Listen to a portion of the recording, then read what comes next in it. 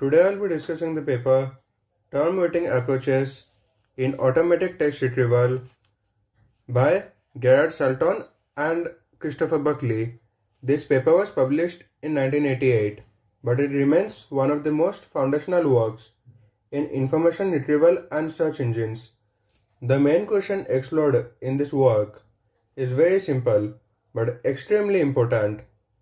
When a user types a query, how can a system determine which documents are the most relevant? The answer depends heavily on how we represent words mathematically and how much importance we assign to different words. This paper is important because modern search systems, recommendation systems, document retrieval systems, and even many machine learning methods still rely on ideas that originated from these term weighting approaches.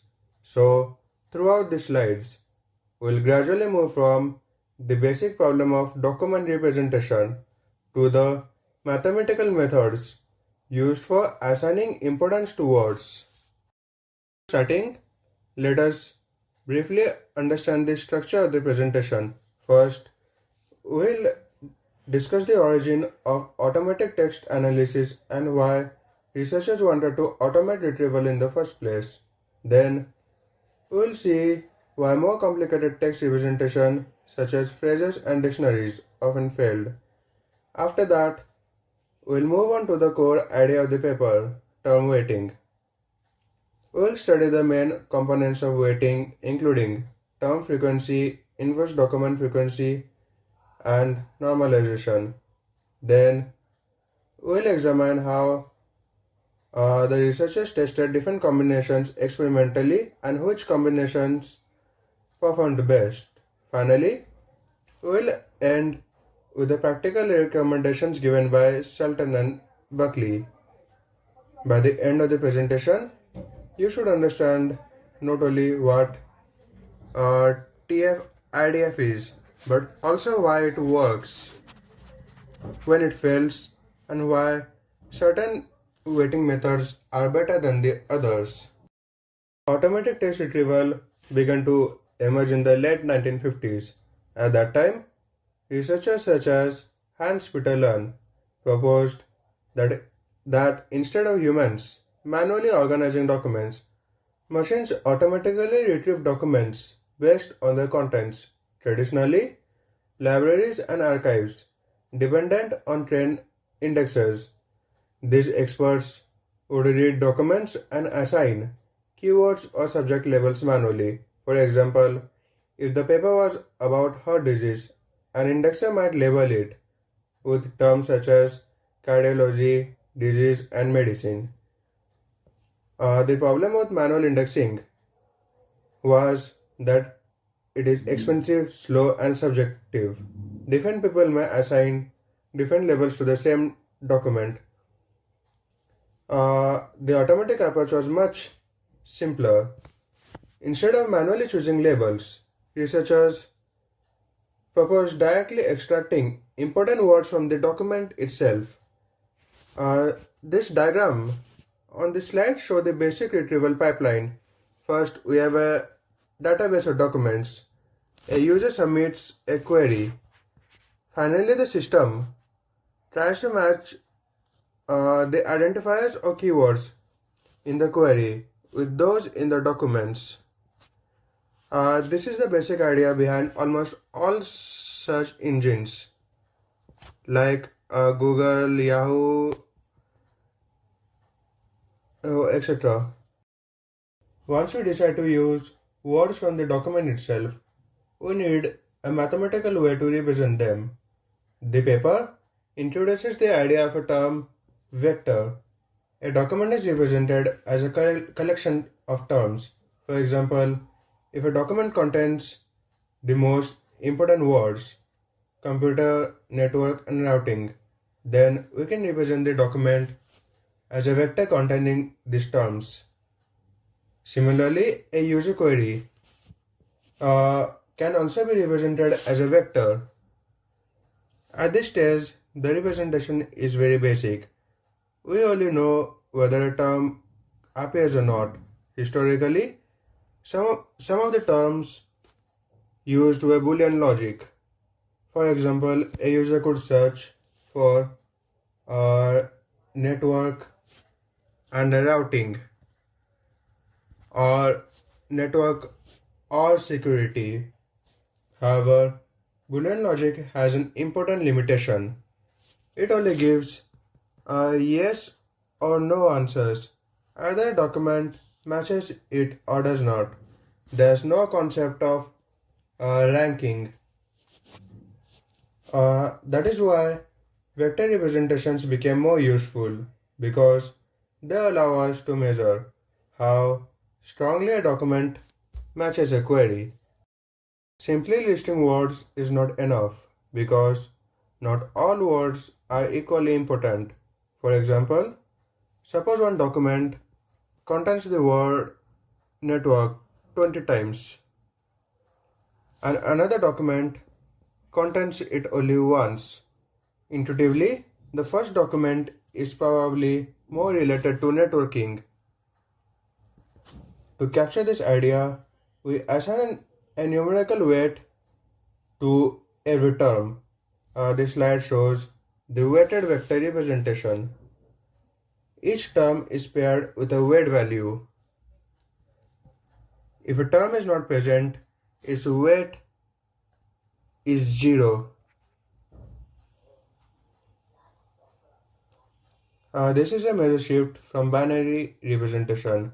Instead of saying only whether a term exists, we will now ask how important the term is within the document. The same idea also applies to the query. Query terms can also have different levels of importance. Initially, early systems used only binary weights, 1 if the word is present and 0 if it is absent, but this creates problems. Imagine two documents. One document matches three very common words such as system, data, and information. Another document matches only two highly specific words such as routing and congestion. A binary system would prefer the first document because it has more matching words. However, from a human perspective, the second document may actually be much more relevant. This is why Shelton and Buckley argue that weight should vary continuously between 0 and 1. A weight close to 1 means that the system is very important. A weight close to 0 means it is relatively unimportant. Continuous weighting allows the system to distinguish between trivial words and meaningful words. Once we have weighted vectors, the next question is, how do we compare a query and a document? The simplest idea is to multiply the corresponding weights and add them together. This is called the vector product. However, there is a problem. Longer documents naturally contain more words, so they tend to receive higher scores even if they are not truly more relevant. To fix this issue, the paper uses quotient similarity. In this formula, the numerator measures how much overlap exists between the query and the document. The denominator normalizes the score.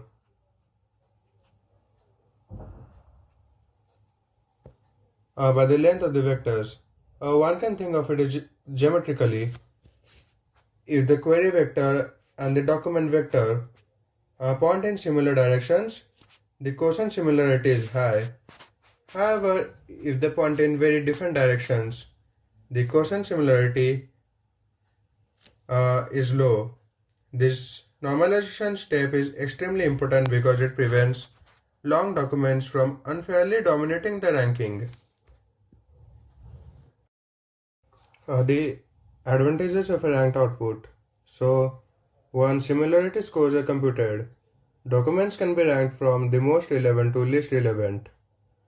The ranked output is much better than a simple yes or no answer. First, it gives users control on how many documents they want to inspect. If the first 5 documents are already very relevant, the advantages of a ranked output. So, one, similarity scores are computed. Documents can be ranked from the most relevant to least relevant. The ranked output is much better than a simple yes or no answer. First, it gives users control on how many documents they want to inspect. If the first 5 documents are already very relevant, once similarity scores are computed, documents can be ranked from the most relevant to the least relevant. This ranked output is much better than a simple yes or no answer. First, it gives users control over how many documents they want to inspect. If the first 5 documents are already very relevant, they can stop there. Second, ranked outputs make query refinement easier. If the user is not satisfied with the top results, they can adjust the query and try again. Third, ranking is necessary for interactive systems. In practice, users rarely want thousands of results. They want the best few results first. This is exactly how modern search engines work. The top ranked documents are the ones users usually trust the most. All the single words were easier to use. Many researchers believed that single words alone were not sufficient to represent document meaning. As a result, several more complex approaches were proposed. One idea was statistical co-occurrence, where words that appear together are grouped. Another idea was of syntactic phrases. Instead of treating words independently, words could store phrases such as computer network or artificial intelligence. Researchers also experimented with thesaurus, where related words are grouped under broader concepts. Finally, some systems try to use knowledge bases and artificial intelligence structures to represent meaning at deeper conceptual level. At first glance, these methods seem more sophisticated and therefore more powerful. However, the surprising result of this paper is that these complicated approaches often performed worse than single-weighted terms. And Buckley explained why these complex methods failed. The first issue is that automatically discovered relationships between words are often only locally valid. For example, in one document, the words apple and computer may appear together because the document is about technology. In another document, the word apple may refer to a fruit. So the same word pair does not always represent the same concept. The second idea is what the paper calls construction dilemma. If we use very strict rules for generating phrases and term groups, we generate very few new identifiers, so performance barely improves. If we used relaxed rules, we generate too many weak or irrelevant identifiers, which can actually hurt retrieval performance. Therefore, after decades of experiments, the conclusion was that carefully weighted single terms work better than complicated phrase structures. So the purpose of all weighting methods is to improve retrieval effectiveness. The paper says that effectiveness depends mainly on balancing two metrics, recall and precision. Recall measures how many of the relevant documents are successfully retrieved. Precision measures how many of the retrieved documents are actually relevant. There is a trade-off between these two. For example, if a system retrieves every document in the database, recall becomes perfect because no relevant document is missed. But precision becomes terrible because most of the retrieved documents are irrelevant. So the real challenge is to find weighting methods that maximize both recall and precision simultaneously. So let us now understand recall. Recall focuses on completeness. It is defined as the fraction of all relevant documents that the system successfully retrieves. So let the relevant retrieved documents with the number of relevant documents that the system found, and total relevant documents in the collections with the total number of relevant documents that actually exist. Then recall is uh, relevant retrieved document by total relevant documents in the collection. Suppose there are 100 relevant documents in the database for a certain topic, and the system retrieves 80 of them. The recall is 80 by 100, which is equal to 80%. High recall means that the system is missing very few relevant documents. To maximize recall, systems tend to use broad and common terms. For example, if somebody searches for computer network, the system will retrieve documents because the term is broad and appears frequently. This wide coverage is useful because it increases the probability that most relevant documents are included. However, there's a disadvantage. Broad terms also retrieve many irrelevant documents. So, while recall increases, the precision often decreases.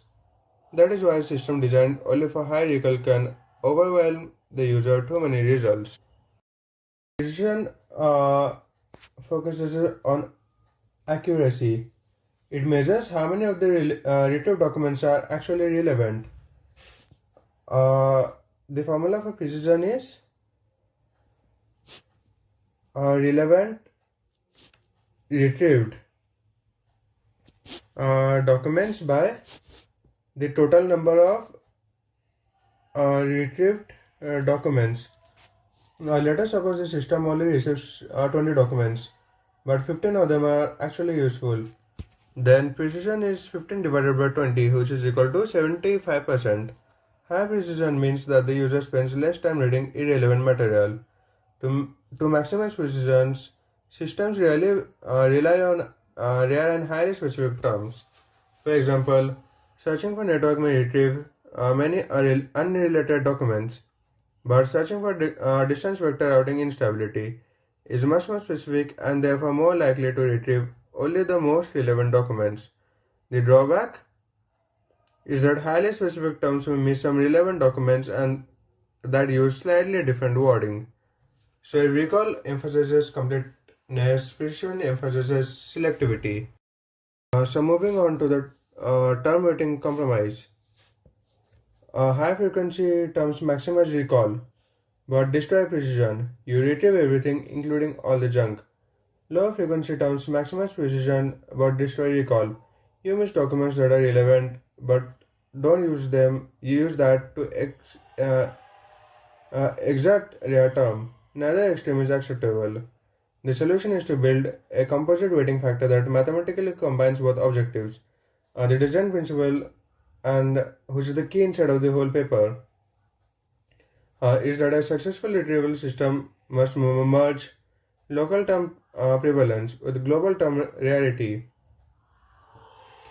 By local, we mean how often does this term appear in the document, and by global is that how rare this term is across all the entire collection. A term that appears frequently in one specific document local prevalence and is rare across the collection overall. That term is doing a real work. It is discriminating. It deserves a higher weight.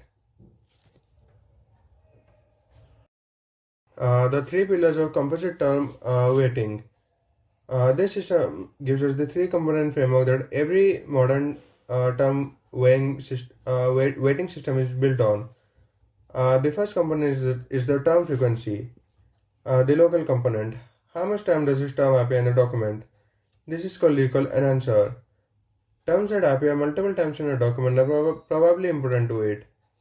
The second is the inverse document frequency. This is the global component. How rare this term is across the entire collection. Terms that appear in every document carry no discriminating information. They should be downweighted. Terms that appear in only a handful of documents are highly discriminating. They should get the higher weight. This is the precision enhancer. The third component is vector normalization, a correction factor that ensures documents of different lengths are compared fairly. A 100-page document and a 2-page document should compete on even terms. Every weighted compute is a product of these three elements. TF and IDF, TF times IDF divided by the normalization factor. This is the skeleton of TF IDF, which is still one of the most widely used weighting schemes in NLP, and it was formalized right here. The paper uses a very elegant notation to describe different weighting configuration. Each configuration is described as a sextuple, two triplets of letters, one for the document vector and one for the query vector. Each triplet has three positions. The first letter describes how the term frequency is treated. The second describes how the global collection frequency is handled. And the third describes what kind of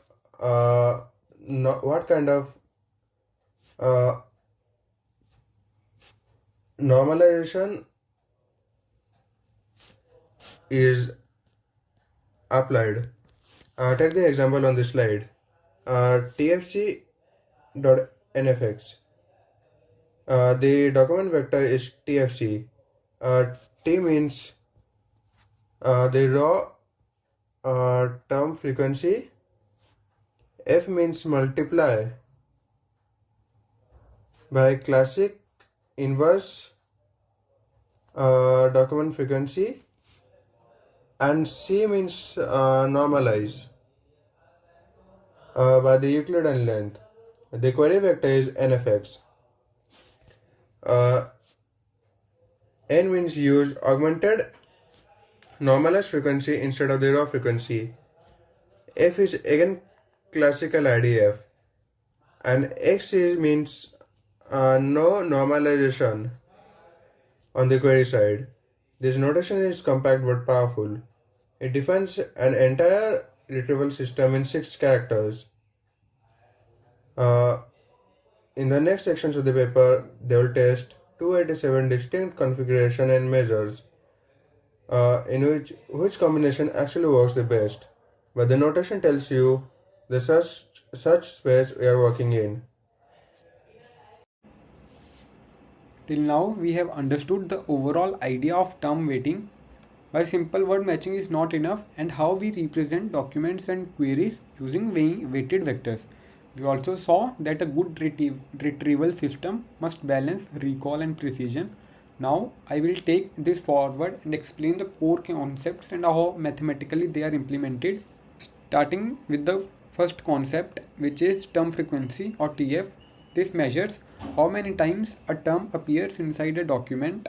The intuition behind this is simple. If a word appears more times, it is probably more important. There are two ways to measure it. First one is the binary weight or the binary type, where we represent the weight as 1 if the term is present and 0 if it is not present.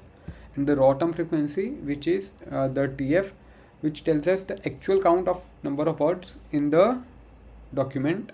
But the actual problem is frequency alone can be misleading. A word repeated many times is not always as important as the word which is coming less number of times. So to cope up with this problem, we use augmented term frequency. Instead of directly using term frequency, we normalize it using this formula, which is W is equals to 0.5 plus 0.5 into term frequency divided by max term frequency. We can see that we can find the maximum frequency of any term in the specific document or vector and divide the target term's frequency by that maximum. This scales the value between 0 and 1, and addition of a 0.5 makes sure that value always lies between 0.5 and 1. So instead of absolute counts, counts, we use relative importance inside the document. Going to the next slide, which is the inverse document frequency. The problem with true frequency or term frequency was that it was local. Now we have to solve a global problem. Some words appear in almost all documents. These words are useless for distinguishing documents. So we assign inverse document frequency is equals to log of n by n, which we can see here as a multiplier, where n is equals to total number of documents and small n is equals to documents containing the term. So technically we are assigning rare terms the high importance and common terms the low importance. This is what improves precision in IDF. Going to the next slide, which is vector length normalization. The problem earlier was that longer documents naturally contain more words, so they are getting unfair advantages. We can solve this problem by dividing the document frequency by vector length or cosine similarity. This makes sure there is fair comparison between documents, and also it removes the length bias. So now we have three total things: the term frequency, which is having a local importance, the IDF, which is having a global importance, and the normalization, which is scaling both the frequencies. So now combining these three gives us a complete term weighting model. But the question is now, does this model actually works? So for that working, we are going to do an experiment. This is the core strength of the paper that we are going to implement today.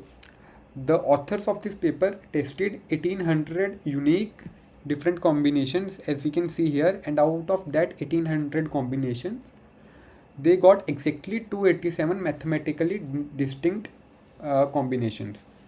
The goal is to find best way to assign weights to these. So this is not theoretical, it is strongly experimental. Also we can see a note on query normalization here, that query vector remains constant when compared against all documents. Mathematically normalizing the query simply adds a constant factor to all similarities. This leaves the document ranking unaffected, so we can also do the query normalization. Moving forward to the next slide, which is about the evaluation matrices. To ensure the results were reliable across different search behaviors, we have to evaluate the performance, and for this we use precision at the different recall levels. For example, low recall, average recall, and high recall. For low recall means 0.25, which corresponds to few top results, 0.5 corresponds to balanced search behavior, and 0.7 corresponds to a more convergent behavior. Then the average over all these queries, so the evaluation is consistent and realistic. Also, the average search precision was then further averaged for all available user queries. Going to the next slide. The next slide is about the datasets that we used in the paper. There were 6 main datasets. We can see here. The first one is the MED, which is about a small biomedical collection. The second one is the INSPC, which is a large collective dataset covering computer engineering. Third one was a CACM, CISI, CRAN, which is a standard varied academic collection. And the fourth one was the NPL, which is a National Physical Laboratory, available only in indexed vector form and not natural language. But the real question is why we are using multiple datasets. To ensure results are not dataset specific, we are using these. Going on to the next slide. One key observation we can see here are that the documents are very large and the queries are very short. For example, in the CACM, the docs are of size 3204 and queries are of size just 64. This mismatch is important because weighting behaves differently for queries and documents, and queries are universally much shorter than document vectors. Going on to the next slide, dataset statistics. This is another observation. Term frequency vary across datasets. but one dataset behaves very differently, NPL. This leads to critical insight. Going on to the next slide, which is slide number 26, where we are spotting the NPL anomaly. In NPL, or what is NPL, queries are extremely short and every term appears only once. So term frequency becomes useless, normalization also loses impact, and for the result we use probabilistics model, which perform a lot better here. As you can see, this is written here as well, you can read it here. If we go with the impact on weighting, in these circumstances term frequency and length normalization operations cannot perform their intended functions. NPL likely represent carefully chosen controlled terms rather than natural language. This shows how augmented term frequency is implemented in code.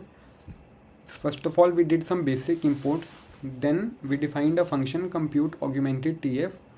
We counted the frequency of the words, find the maximum frequency using max TF, and then doing a normalization of the values using addition, baseline addition of 0.5 and scaling up to 1. In the next slide, we are computing the Euclidean cosine normalization. We are importing math, applying cosine norm for formula, and then we are calculating the square of weights and summing them, taking their square root and dividing each weight. This converts vectors into unit length, essential for fair similarity calculation. Now comes the most important part, which are the results. The best performing method is tfc.nfx. As we can see here, it is best fully weighted and on the number one on the leaderboard. Meaning document stands for TF plus IDF plus normalization. Query is equals to augmented TF plus IDF. This combination works best across all datasets. Going on to next slide. This works because it balances term frequency, captures importance inside document, IDF removes common words, normalization ensures fairness. Also, enhanced query weighing improves results. Going on to some failures, the danger of omitting normalization. Method 3 lacked vector length normalization and enhanced query weights, so it was extremely poor for collection like CRAN and MET. Coordination level, method 8 bxs.bxs representation, coordination level, matching of binary video. Now analyzing the failures, the danger of omitting normalization. First of all, example, we can see in the method 3 tfx.tfx, it lacked vector normalization and it worked very poorly for collections like CRAN and MET. Going on to the coordination level, method 8 bxs.bxs represents coordination level matching of binary vectors. Simply counting matching binary terms is mathematically one of the worst possible retrieval strategies tested. Going on to the next slide, the NPL collection results. In NPL, probabilistic method wins. As we can see, nxs.bpx, which has an NPL rank of 2. Because model must adapt to data characteristics. And why did vector model fail? Because queries were incredibly short and every single term had a frequency of 1. Standard term frequency weights unfairly downgraded the terms. So the takeaway that we can take from here is that previous literature claimed probabilistic models were superior based on NPL. These results do not support this contention for conventional natural language text. Going on to the next slide. So going on now to some query strategies. For queries which are short vectors, we should prefer query weights as preferred. For long vectors, we should use raw term frequencies ST.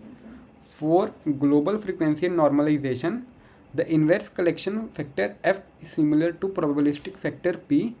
The best methods use F. Normalization, query normalization does not affect ranking or performance or degrade it at all. Going on to next slide. Document vectors. Term frequency component, we can clearly see that for document we can use term frequency or augmented term frequency. Always use inverse document frequency. Use normalization as well when lengths vary. This will give a good hold when we are using document vectors.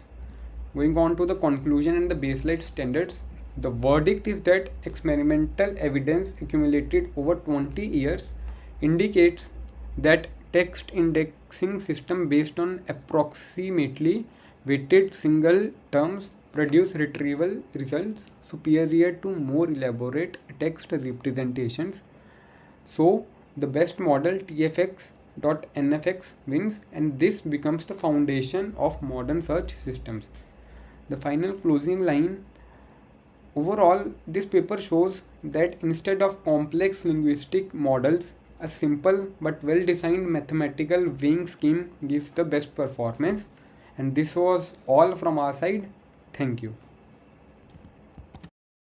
Hello everyone. Today we will be presenting a foundational paper in modern natural language processing, efficient estimation of word representation in vector space.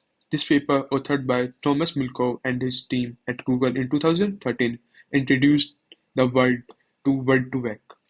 Before large language models were running on massive GPU clusters, the NLP community faced a massive bottleneck. How do we efficiently teach a computer what words actually mean? This paper provided a shockingly simple and elegant mathematical solution to that problem, and it fundamentally changed how we handle text data. Today, we are going to deep dive into the maths and architecture behind two models proposed in this paper: the continuous bag of word and the continuous skip gram. Over the next 20 minutes, we will start by looking at the era before word2vec to understand the problem. Then we will break down the computational bottleneck of older neural network language models. Finally, we will spend the bulk of our time dissecting the two new log linear architectures that solve this bottleneck: continuous bag of words and skipgram. Later in this presentation, we will look how to evaluate these models and run a quick demo. Let's set the stage. Historically, NLP systems treated words as atomic unit. If you had a vocabulary of 1 million words, each word was represented as an index, usually via one-hot encoding vector. If you have worked with basic machine learning, you know the issue here. A one-hot vector for the word cat might have a 1 at index 500 and zeros everywhere, and the word dog might have a 1 at index 800. There are two massive problems with this. First, the curse of dimensionality. If your vocabulary is a million words, then every single word is a million dimensional vector of mostly zeros. Second, and more importantly, there is absolutely no notion of similarity between these vectors. The mathematical dot product between cat and dog is zero. To the computer, the distance between cat and dog is exactly the same as distance between a cat and a car. Because of this, simple models trained on huge amount of data like n-grams were hitting a hard ceiling. They couldn't generalize. If the model learned that the cat purrs, it had no way of knowing that the kitten purrs is also highly likely, unless it has explicitly seen that exact phrase in the training data. The solution is what we call distributed representation of words. Instead of million dimensions sparse vectors, we want to map word to dense continuous low-dimensional vectors, say 50 to 600 dimensions. In this continuous vector space, similar words are geometrically close to each other. The goal of this paper was simple but ambitious: introduce techniques to learn these high-quality vectors from massive datasets, billion of words, and do it fast. Previous architectures took weeks to train on a single CPU. This paper aimed to cut that down to a matter of hours or days. To understand the breakthrough, we have to look at what people were doing wrong. The state of the art at that time was the feed-forward neural network language model, or NNLM. It consisted of four parts. First, an input layer, taking n previous words encoded as one of V. Second, a projection layer, which mapped These pass inputs to a dense layer using a shared projection matrix. Third, a non-linear hidden layer of size h. And finally, an output layer using a softmax function to predict a probability distribution over the entire vocabulary V. Let's look at the computational complexity per training example. It would be n times d plus n times d into h plus h times v. This equation right there is villain of the story. Let's break it down. H times v is the cost of calculating the probability distribution over all words in the vocabulary. This seems huge, but engineers had already figured out a workaround by organizing the vocabulary into a binary tree, specifically a Huffman tree. You don't have to evaluate all the V words. You only have to make a sequence of binary decisions to go down the tree, reducing this term from V to log base 2V. So with the output layer optimized, what's the real bottleneck? It's the middle term, N cross D cross H. This is the dense matrix multiplication between the projection layer and the nonlinear hidden layer. The core insight of this paper was realizing that while neural networks are powerful, this nonlinear hidden layer make them too slow to scale to billions of words. Therefore, the authors decided to ruthlessly eliminate it. This brings us to the first major architectural breakthrough of the paper, the Continuous Bag of Words model or CBO. Let's really unpack the intuition here.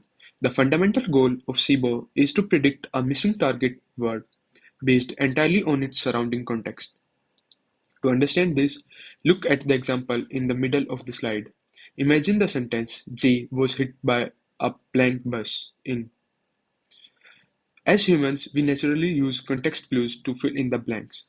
The words by, a, bus, and in strongly suggest that the missing word describes the bus, like the word red. How does the machine learning model do this? First, it takes one hot encoded vector of those four context words, but instead of passing them through a computationally heavy, nonlinear hidden layer, which was standard practice at the time, Mikolov's team completely removed that layer. Instead, the context vectors are multiplied by a shared weight matrix, projecting them into a dense continuous space. Then something very simple happens. All these projected vectors are simply summed or averaged together into a single representation. This is exactly why it's called a bag of word model. Think about a literal bag. If you throw the words by a bus into the bag and shake it, you lose their original sequence. The model doesn't know that bike came first and the bus came third. It just knows that these words were present somewhere in the local neighborhood.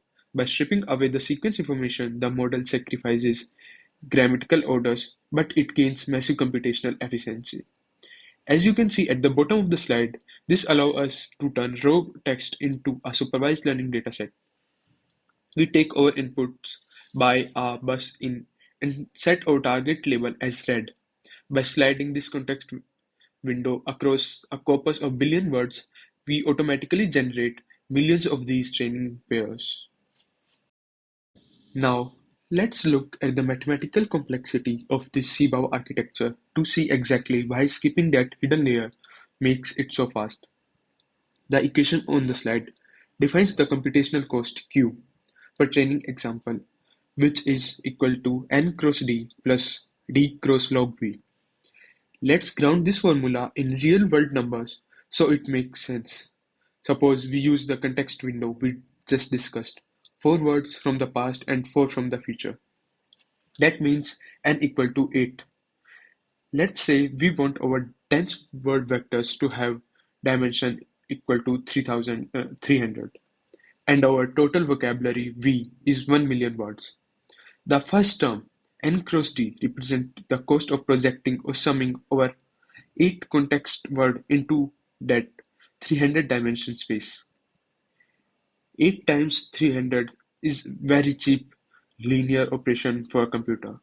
The second term, d cross log v, is the classification step.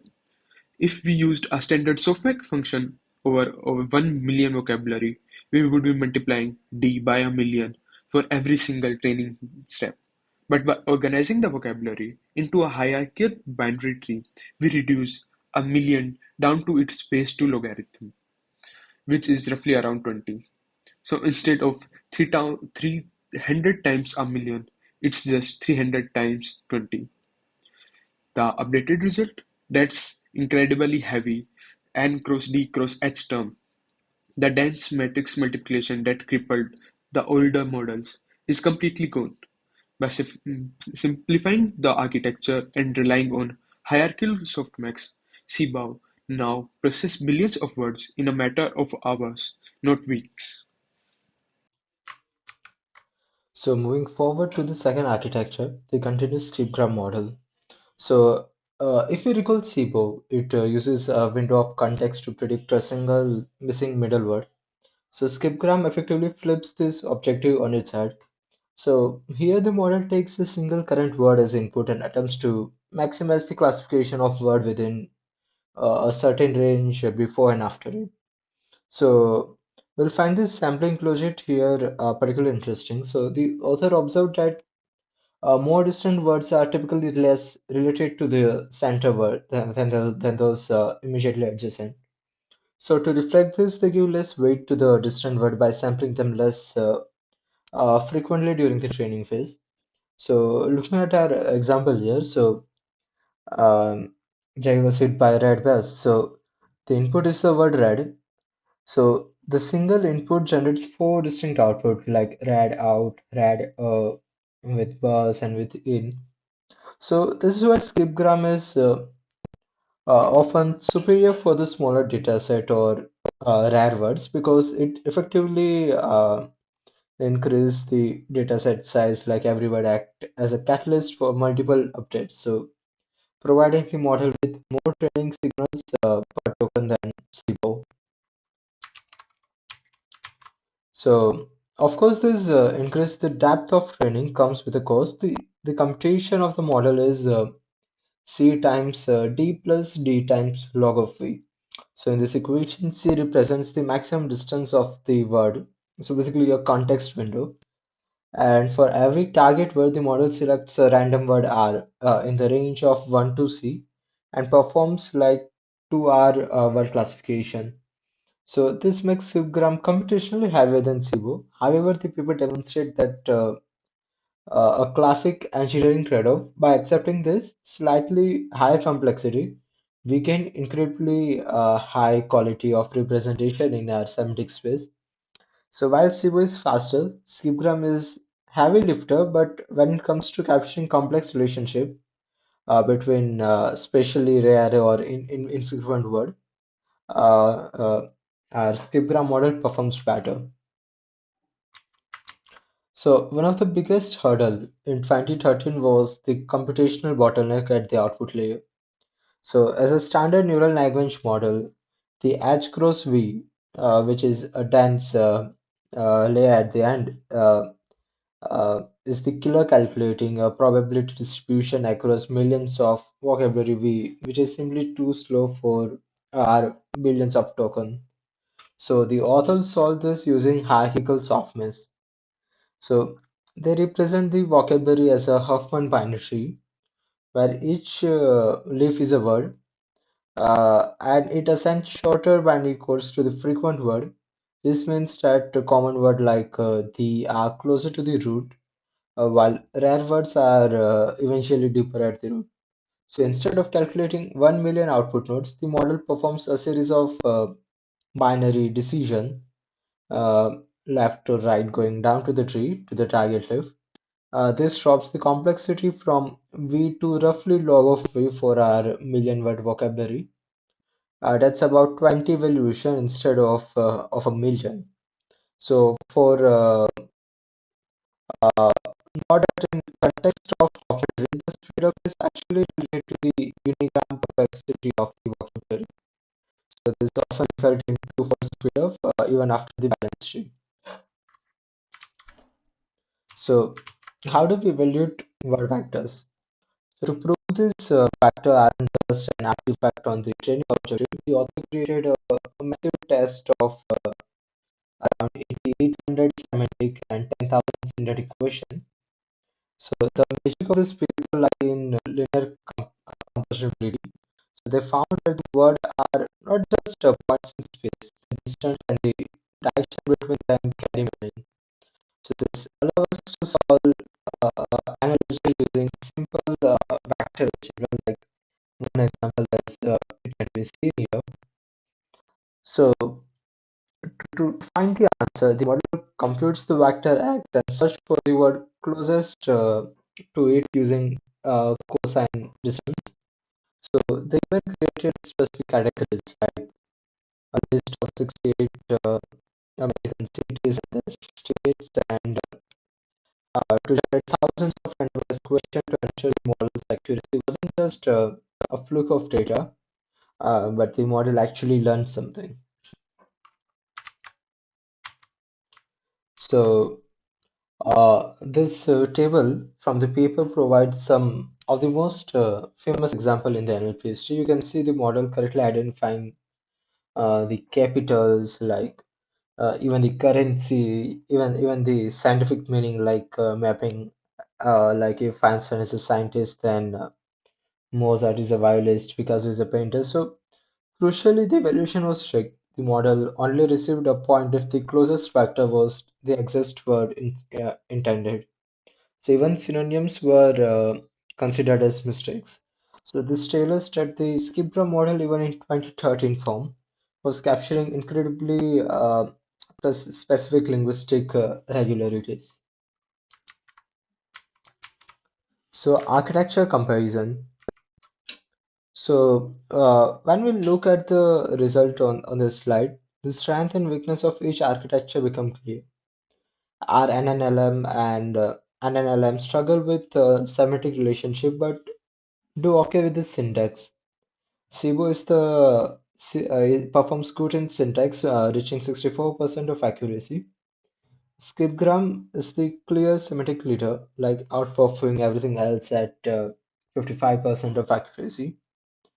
So, so the main takeaway is, if your demonstration task is grammatically or structural, Cebu might suffice, but if you need a model that understands the meaning, the difference between a city and its country, or even a scientific uh,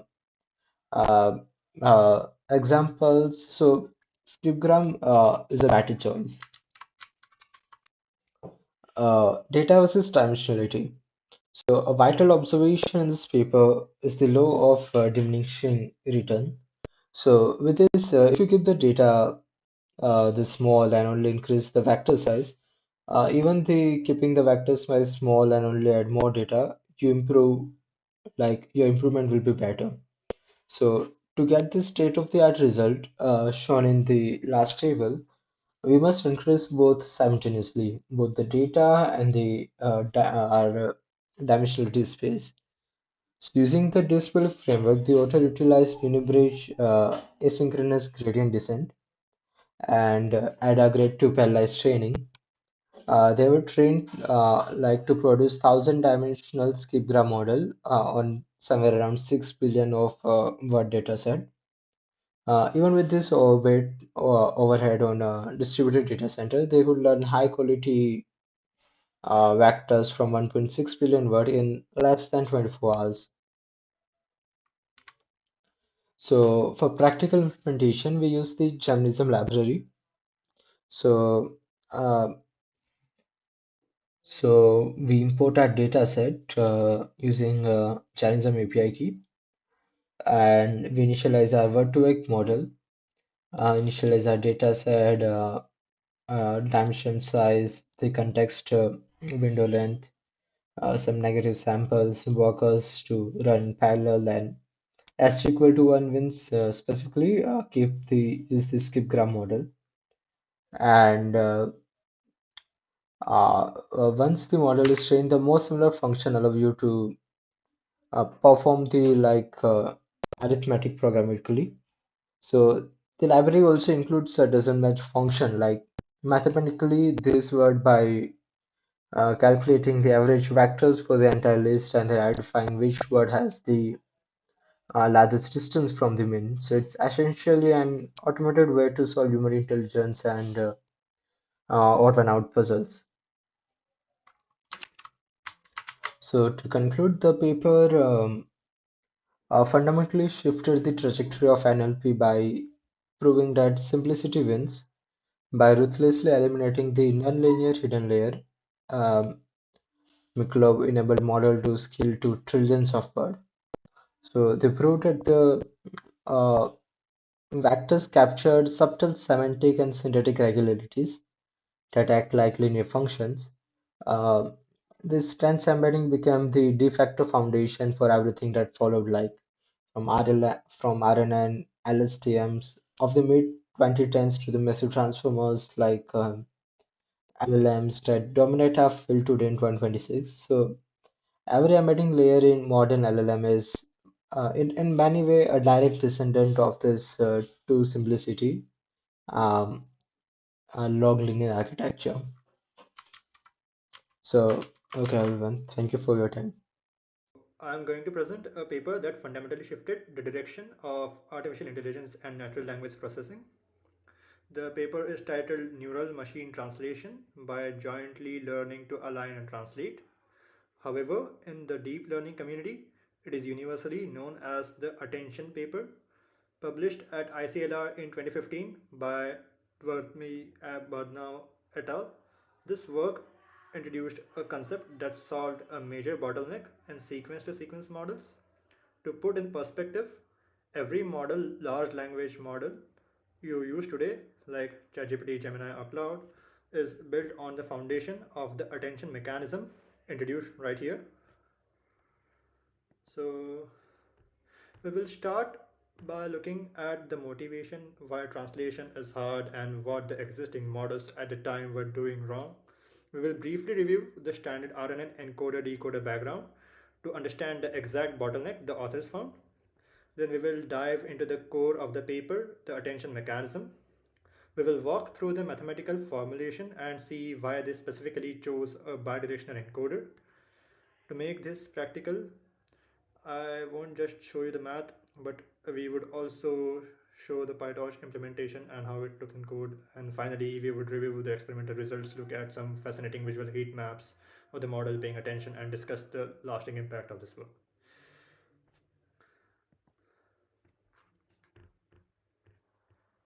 So, there are around 7,000 languages spoken globally, yet more than 90% of the content on the internet is written in fewer than 10 of them. So, high quality translation is critical for global diplomacy, international businesses, and sharing medical or legal knowledge. Historically, translation software used phrase based systems that required dozens of separate hand tuned components. The ultimate goal of neural machine translation, or NMT, is much more elegant: build one single neural network that can read a single source sentence and directly output a fluent translation. But the language is messy. Let's look at a concrete example on the slide. The Take the English sentence. The agreement on the European Economic Era was signed in August 1992. The French translation is as given below. Notice what happens here. In English, we use the adjective noun order: European Economic Area. But in French, the grammar rules dictate that adjectives often come after the noun, flipping the order to zone economic European. A good machine translation model cannot just translate word by word from left to right. It has to understand the grammatical context of the whole sentence and know how to completely reorder the words. Keeping this reordering problem in your mind, because it is exactly what older neural networks struggle to do, and it is exactly what the attention mechanism was invented to fix.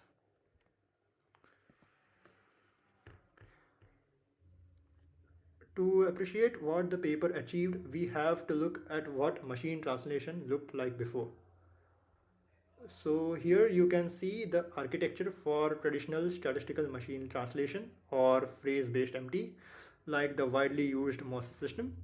So it was basically a massive pipeline. You have a separate language model, a separate phrase table, a separate reordering model, and a beam decoder. What's the problem with this? Each component was built and tuned completely independently. So if your phrase table made a slight error, that error cascaded down to the reorder model and the system would break. It was brittle and incredibly hard to scale. So neural machine translation, which started gaining traction around 2013 and 2014 with the researchers like Kalchabrenner et al., proposed a radical new goal: one single end-to-end network. You feed it English, it learns the translation, the alignment, and the fluency all at the same time, and the outputs French. No separate pipelines.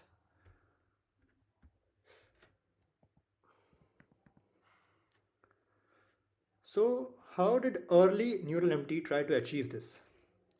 They used an architecture called the RNN encoder decoder. So, let's break down this diagram.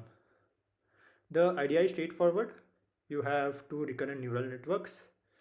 The first one is the encoder. It reads the source sentence, say, I love cats, one word at a time. At each step, it updates its hidden state HT. So when it finishes reading the sentence, it squashes all that information into a single fixed length vector, which we call C, the context vector. As you can see in the formula, C is typically just the very last hidden state of the encoder. Then the second RNN, the decoder, takes over. Its entire job is to look at the single vector C and generate the target sentence J and slash step by step. The probability of predicting the next word YT depends on the previous words, its own hidden state, and the fixed context vector C. So it was beautiful and simple idea, but it had a fatal flaw. And that flaw is what we call the bottleneck problem. Think about it using the radio drama analogy. Imagine you are listening to a 5-minute audio clip and you have to summarize it into exactly one sentence. Then your friend has to listen to only one sentence summary and recreate the exact 5-minute audio clip word for word. You could probably do it. But what if you listen to a 3-hour radio drama and you still only get one sentence to summarize it? It becomes impossible for your friend to recreate the drama. So, let me sketch out what this bottleneck actually means mathematically for a neural network. So imagine an input with 50 words. Uh, yeah, each word carries some specific semantic meaning, grammar, and context.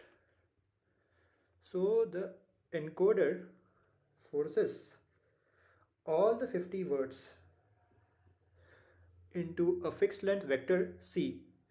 Say this vector has a capacity of 1000 floating point numbers.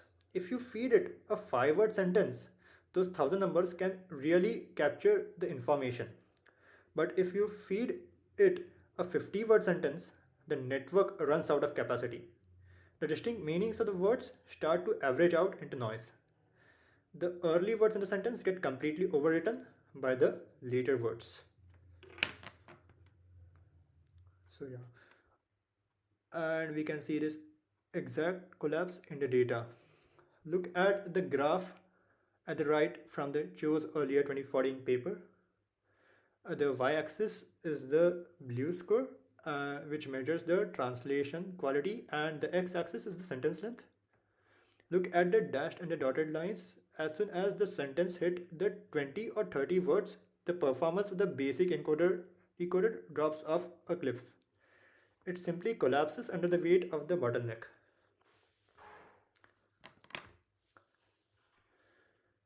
So how do we solve this bottleneck? So Badnau and his colleagues introduced a concept that is brilliantly intuitive. They called it attention. The insight is simple. Instead of forcing the encoder to compress everything into one vector, let the decoder look back at the entire sequence of the encoder states and decide which parts are relevant for the specific word it is trying to output right now. Now think about how a human translator works. If I ask you to translate a long document, you don't read the whole thing, close the book, and write the translation from the memory. You keep the source text open. You write a few words, look back at the source, find the exact word you are translating, and then write the next part. When you write the French word accord, you are actively looking at the English word agreement. So your attention is dynamic, it shifts word by word. The authors essentially gave the neural network the ability to do exactly this.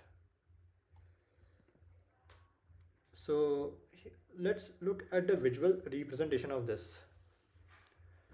Here the decoder is currently trying to generate the French word signy. Beneath it you see the English source sentence. The agreement was signed in 1992 and the hidden states H1 through H6 associated with each word. So instead of a single fixed context vector, the model dynamically creates a new vector Ci. It does this by assigning a probability and attention weight denoted by alpha to every single word in the source sentence. Notice here, the model has learned to generate the word signy. It needs to pay 81% of its attention to the English word signed and very little attention to other words. So it then takes a weighted sum of all the states to create a custom context specifically for this exact moment. So yeah.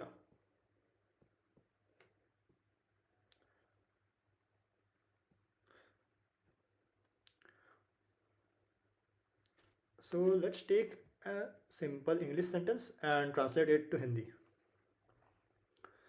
So let's consider the English sentence as I am drinking water. I am drinking water.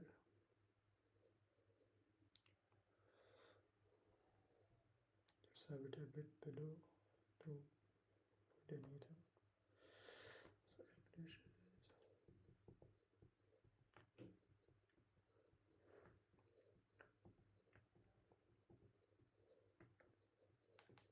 and the Hindi translation be मैं पानी P रहा हूँ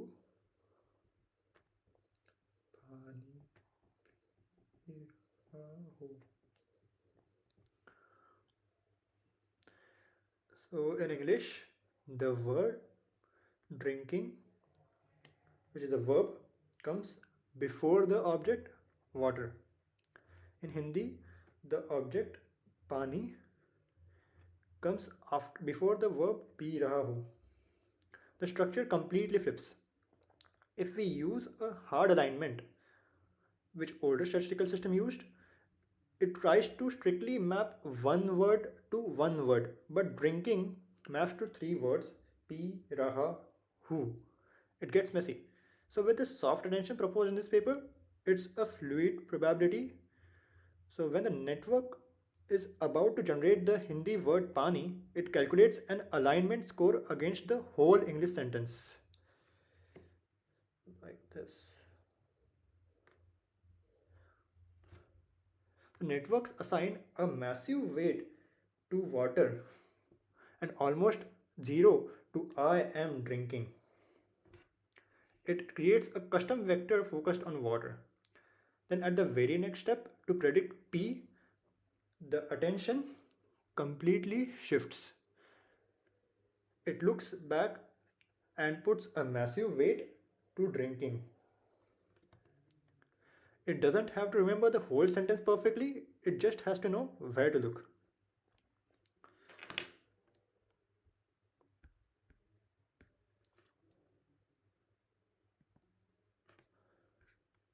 So now that we understand the intuition, let's look at the math makes possible here. So let's focus here. The old versus new. This in the old RNN encoder decoder, the probability of the target word YT depends on C, a single unchanging vector used for every single word. In this new model, the probability of the target word yi depends on ci. This little subscript I is the breakthrough. It means the context vector ci is completely recalculated at every single decoding step. So it is calculated here, which is just a weighted sum over all the encoder annotations hj. By doing this, the bottleneck is completely removed.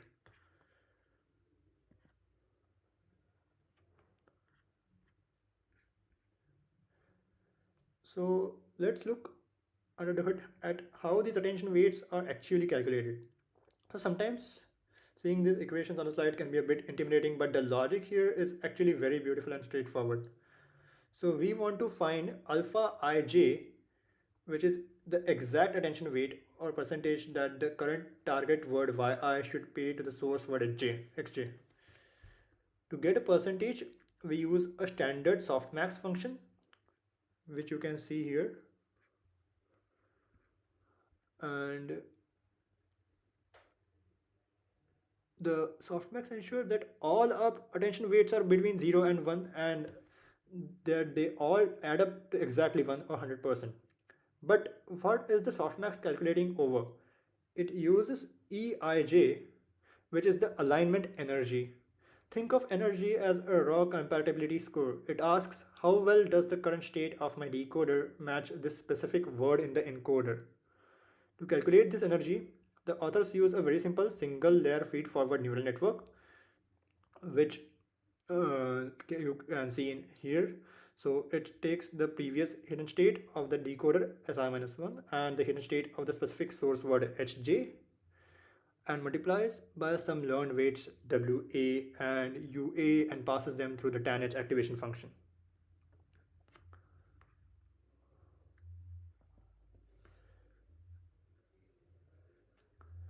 So let's ground this math in a concrete step-by-step example. So imagine our task is to translate English sentence I ate an apple into French.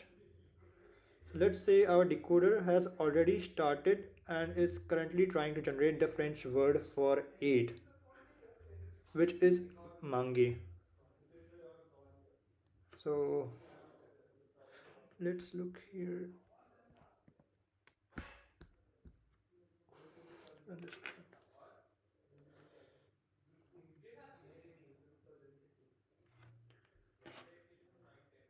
So let's draw out this calculation quickly so it's not just numbers on slides.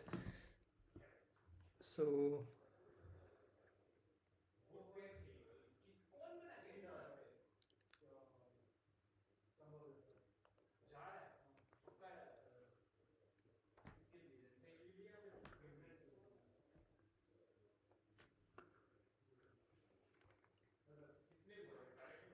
it's shown.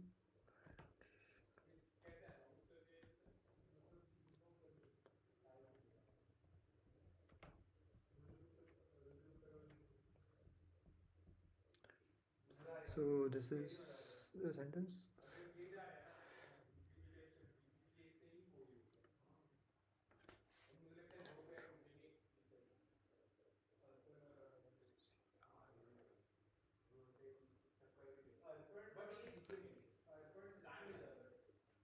So here are the four encoder states for the English words. Our decoder is currently trying to generate the French word mange. To build its custom context vector Ci, the alignment model first calculates the raw energy score for each English word. So it scores I as 1.1, I 8 as 3.8 and as 0.5 and apple as 0.9. But we can't use these raw numbers to build a weighted sum because they don't equal 1. So we apply the softmax function. So, so this can be turned into 0.06. This can be turned into 0.87%. This is 0.03, and this is 0.04. So we can see here the softmax converts these raw energies into probabilities, and because softmax is an exponential function, it heavily rewards the highest score. So that 3.8 becomes an 87% weight, while the others shrink down to nearly nothing. So we multiply our original hidden states by this percentage to build CI, which is why the strongest signal by far comes directly from 8.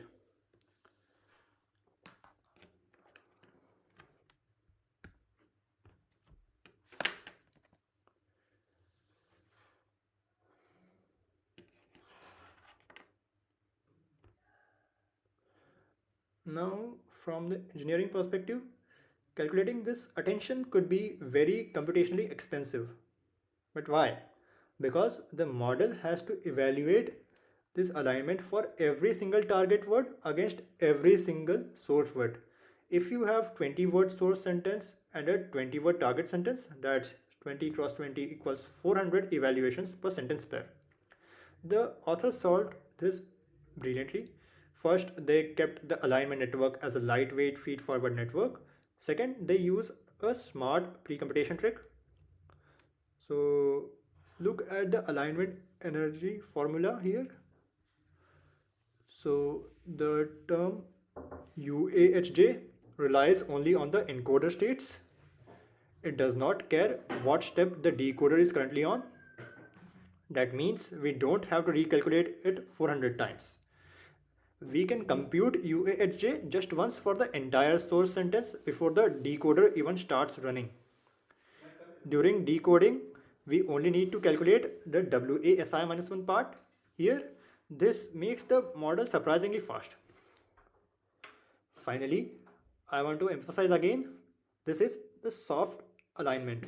Traditional statistical machine translation used hard alignment, which forced the latent variable to pick exactly one word and ignore the rest. So because our softmax gives us continuous differentiable fractions, we can train this entire system end to end using standard backpropagation.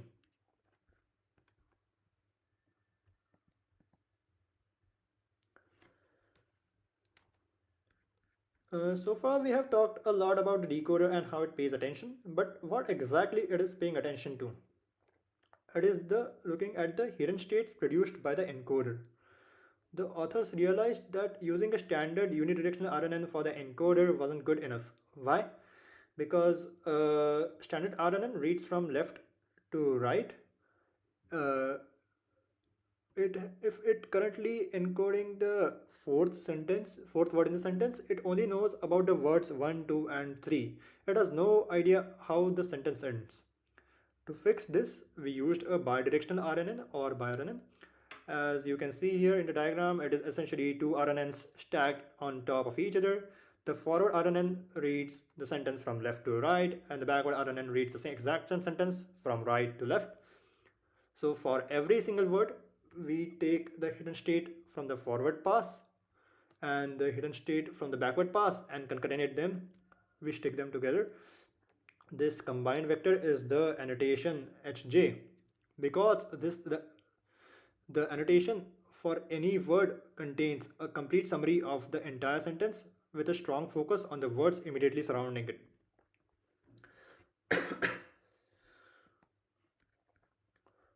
So why does seeing the future words matter so much? Let's look at the two real world linguistic examples. So example 1 is a French gender agreement. So take the English phrase, the large European economic area. In French, the word for area is zone, which is a feminine noun. Because of the French grammar rules, the adjectives European and economic must also take the feminine forms European. But in English, the word area comes at the very end of the phrase. So if we end read only from right left to right, we are trying to translate European. We haven't seen the word area yet, so we don't know which gender to use. The backward RNN solves this by providing the future context immediately. So example 2 is the word sense disambiguation.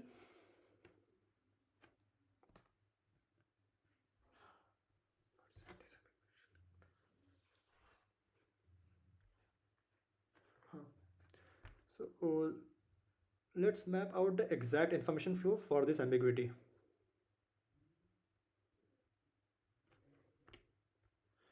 So let's come on for this.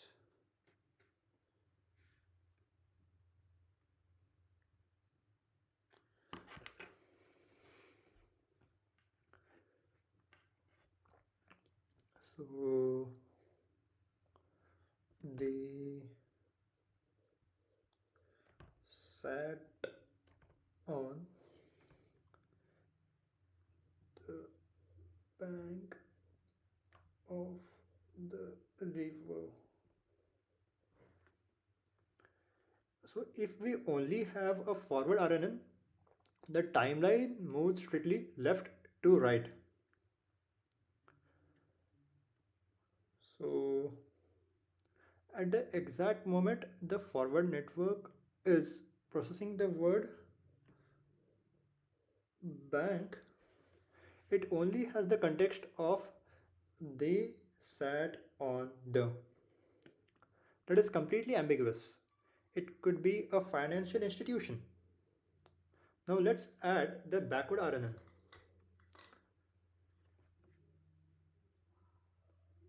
The backward network starts at the end. It reads river, processes the aquatic context and passes it backward. So by the time it arrives at the word bank, the hidden state actually contains the context of the river. So when we concatenate the forward and the backward states, the ambiguity is entirely resolved before the decoder even touches it.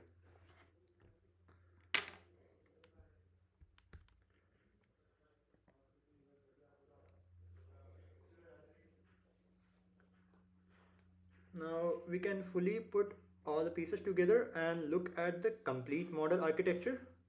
So let's walk through this diagram from bottom up. So at the bottom we feed our source sentence word by word from x1 through xt into the network. Moving up, we have our bidirectional encoder. These blue nodes reads forward and the red nodes reads backwards. These are our annotations from h1 to h4. Remember, each of these is a concatenation of the forward and the backward states. And now the magic happens. This is our attention mechanism. The decoder calculates the alignment energies between its current state SI and every single annotation. It uses those weights to create CI, the custom dynamically generated context vector for this specific time step. And finally at the top, the decoder RNN takes the previous word generated via -1, its previous hidden state SI, and a brand new context vector CI to predict the next word in the target language YI. This entire pipeline, the encoder, the attention weights, and the decoder is fully differentiable. It is trained entirely end to end to maximize the probability of outputting the correct translation.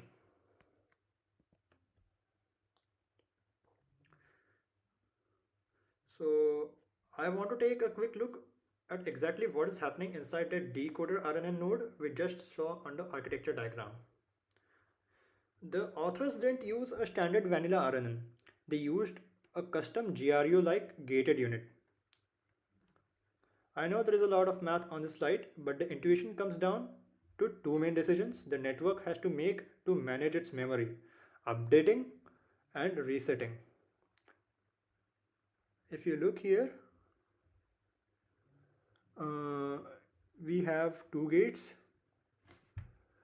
The update gate ZI, which outputs a percentage. It decides how much of my old memory SI minus 1 should I keep versus how much should I overwrite to the new proposed state SI tilde.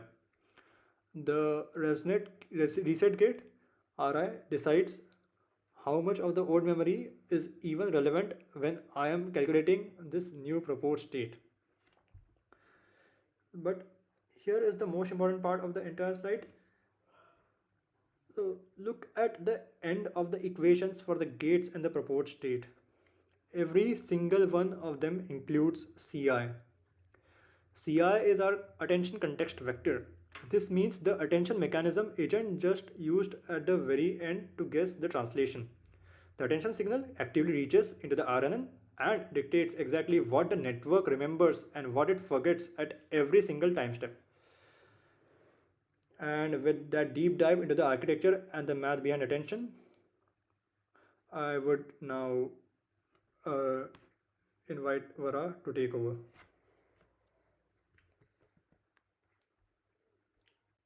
Okay, so let's look at a practical implementation in PyTorch. So in this class, uh, we have defined three layers, the W, the U and the V. The W is the weight vector for the previous state of the decoder, and U is the weight vector for all the encodings HJs from the encoder, and finally we have a V weights which actually are used to calculate the dot product with the tan h of the combination of this W and U. So finally, after calculating this dot product, we have our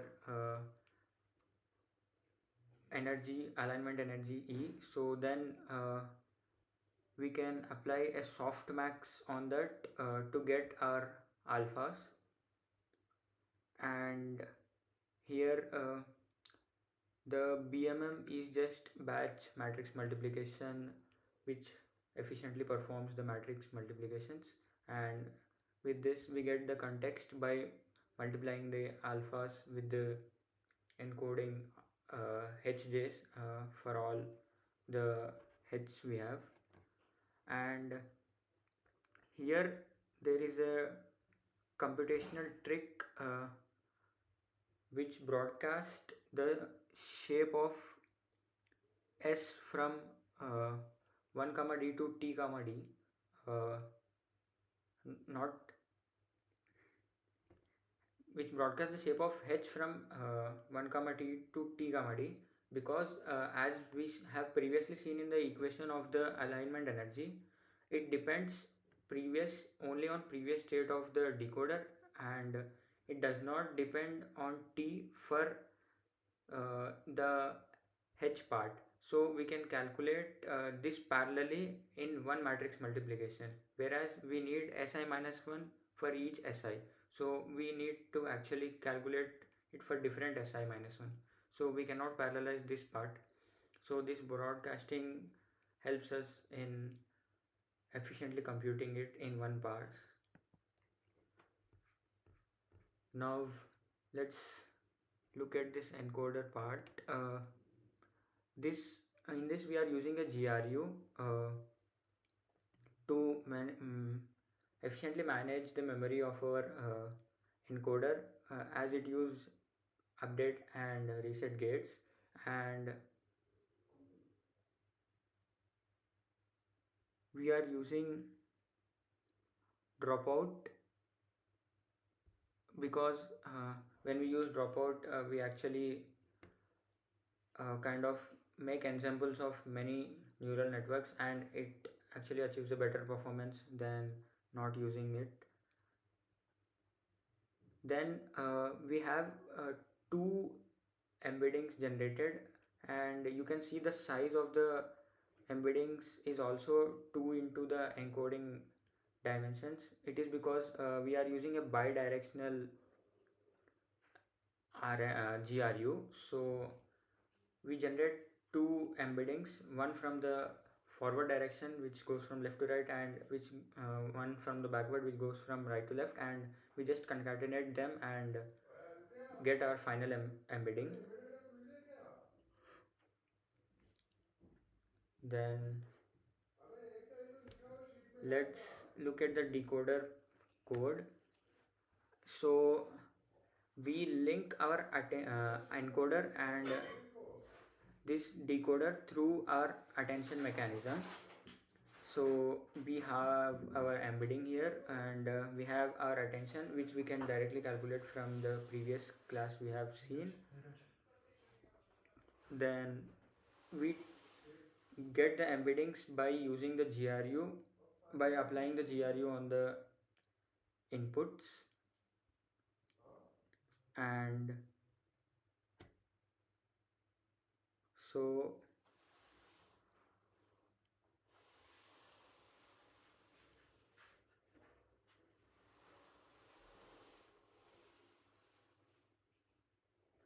we we generate the embeddings, that is the state of the decoder first, and then we also generate all the CIs and alphas which we need by using the attention class which we used, which we have just seen previously. And then we project it onto the size of our vocabulary, and we just return those logits, and the alphas are being returned just because we want to visualize them as a heat maps. So this is the training loop, and here a technique called teacher forcing is being used. Teacher forcing is nothing but while decoding we give the ground truth words. So actually while decoding every token, we use the previously generated token yi minus 1. So what happens is sometimes our in initial stages our decoder might fail and it might generate an incorrect word. So if we just feed the previous outputs, then we might there might be a cascading effect of the error, and it might generate a completely wrong translation. So to avoid this, what we do is we just give the ground truths for the till the previous word which we have generated, even though if the words generated by the decoder are incorrect, we give the correct ground truth so that we improve the performance of our uh, translation. And we use gradient clipping here for numerical stability. And let's look at the experimental setup, that is we use the optimizer ada delta with these given parameters, and this is the typical training loop for a neural network. We calculate the gradients, and we do the backward pass, and we update our weights by optimizer.step. So now let's look at this plot attention just plots a heat map by taking the alpha values for a specific translation which we have generated. And let's look at the experimental setup now. So the authors used WMT14 dataset for English to French translation. It had 348 million words, and the vocabulary had around 30,000 words for each language, and whichever words which were not in the vocabulary were mapped to an unknown token, and they were tested on the new test 2014 dataset which has around 3000 sentences. So this architecture had a hidden size of 1000 and word embedding size of 620, and the alignment model also had a size of 1000, and the optimizer they used was ada delta, and In each mini batch they were using, it consisted of 80 sentences and it was trained for around 5 days on the GPU. uh, the critical part here is the beam search which was used for decoding. Now let's look at how beam search works and why beam search is needed. So generally we do greedy decoding. So in greedy decoding, what we do is, we just take the word with the maximum probability and we just treat it as the translation for our input. But it might happen that some previous choices were a better choice, but if we choose this if we use this greedy decoding, we cannot go back to our previous choices.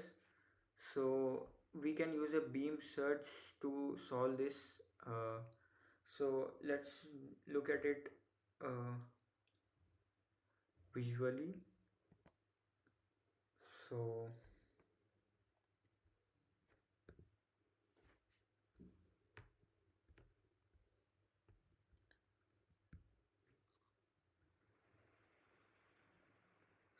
if we have generated some three words, if we have to have three words in our translation, and for each of the three choices we have some probability. So let's say this one has the highest, this is the second highest, and this is the uh, lowest. uh, this one is the highest, the top one. So in greedy decoding what happens is, we just choose this one as our translated word, and we just move on to the next translation. Now this would be the y1 which we will be using uh, as our output. But in beam search what actually happens is,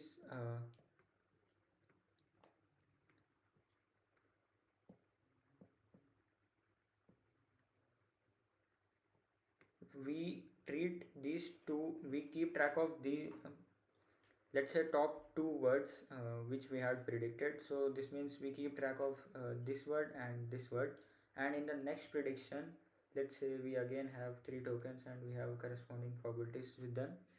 And let's say this is the top prediction, and let's say this is the second highest, and let's say this is the least one.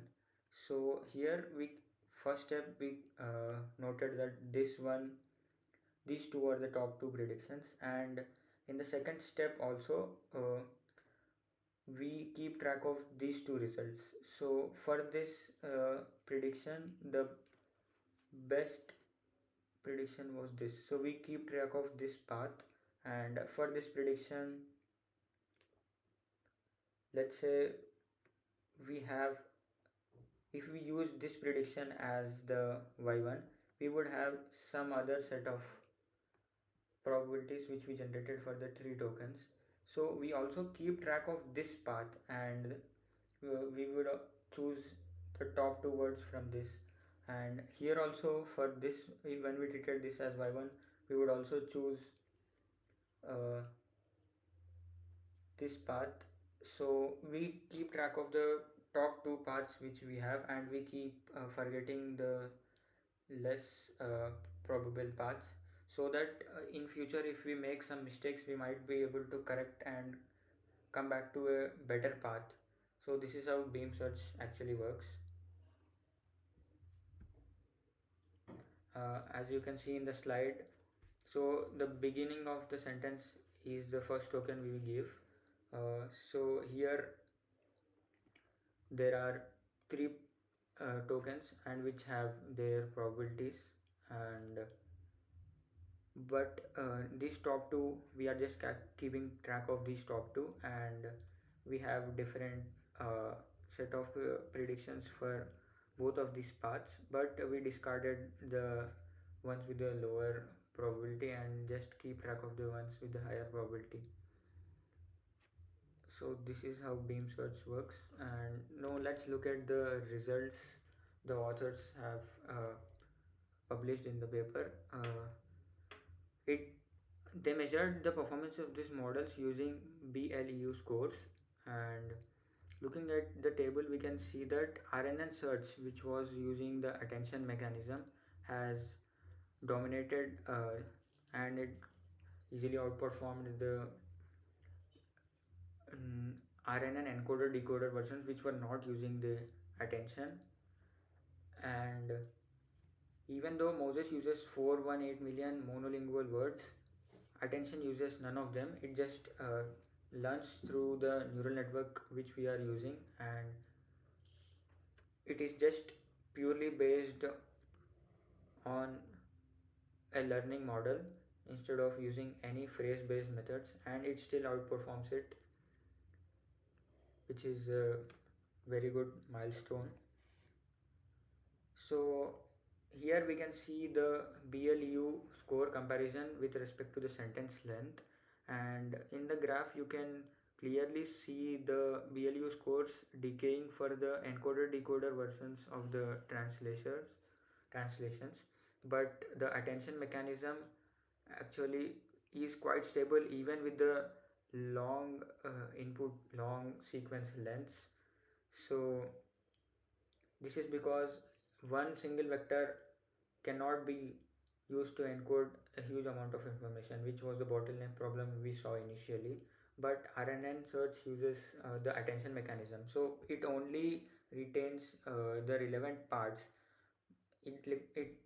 It sees all the hidden states, but it calculates which part is most relevant for the specific output it is giving at the currently.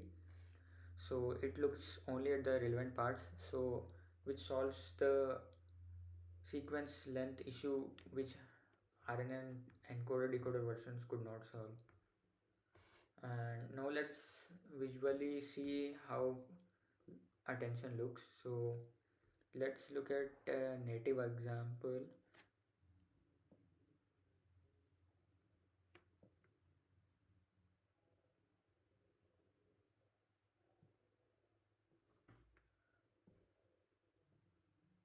Okay, let's say we should translate "he is in the room" to Hindi. So he is in the room. If we translate it into Hindi, we can say वो कमरे में है. So if we kind of draw a heat map for this, it should look something like. So this wo actually is like an exact translation for this he, and in English there is the word is, but in the second word kamre is not related to is, it is actually related to hai. So while uh, translating hai, the most attention would be given to is, and while translating in, it translates to may while when we see one to word correspondence, so the attention would be given to may while translating in. And while generating the word kamre, the most attention would be given to the word room, which is an exact translation if we see word to word. So we can see a non-linear pattern due to the object verb orders flipping in different languages. So the attention is capable of learning the grammar and mapping automatically without any phrase labels, etc. So without our intervention, it is completely a learning based model. So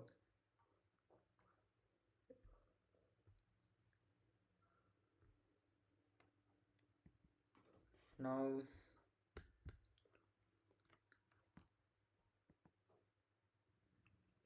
let's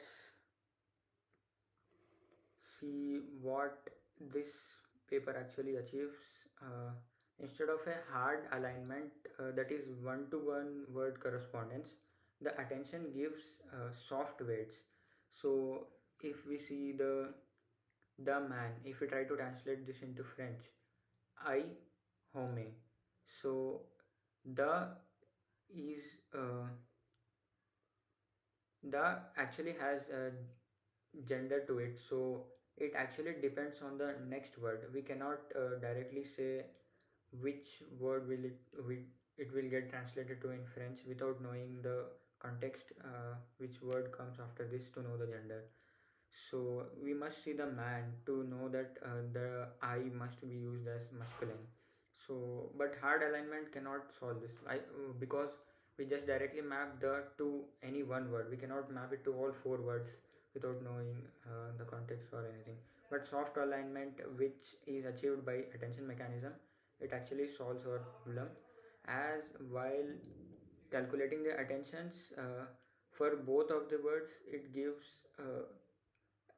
weights. Like for I and the, it gives some weight, and I and man, it gives some weight due to the masculine nature. So we get the correct translation instead of getting an incorrect due to the gender issue while looking at the next word also. And we do not need a null word also, as attention actually handles one to one and many to one correspondence naturally due to its formulation. That is another additional benefit of this. And we can see from the results from the paper, which had a source sentence which was this long, and the translation which was given in the appendix of the paper, we can see the typical encoder decoder RNN fails, and the RNN search, which uses the attention, actually fully translates it correctly. So we can clearly see the bottleneck issue in the encoder decoder, simple encoder decoder architecture, as it tries to encode only in a single vector. So attention acts like a spotlight here, so it only keeps the relevant words which it needs while translating the current word. So it acts like a spotlight and solves the bottleneck problem.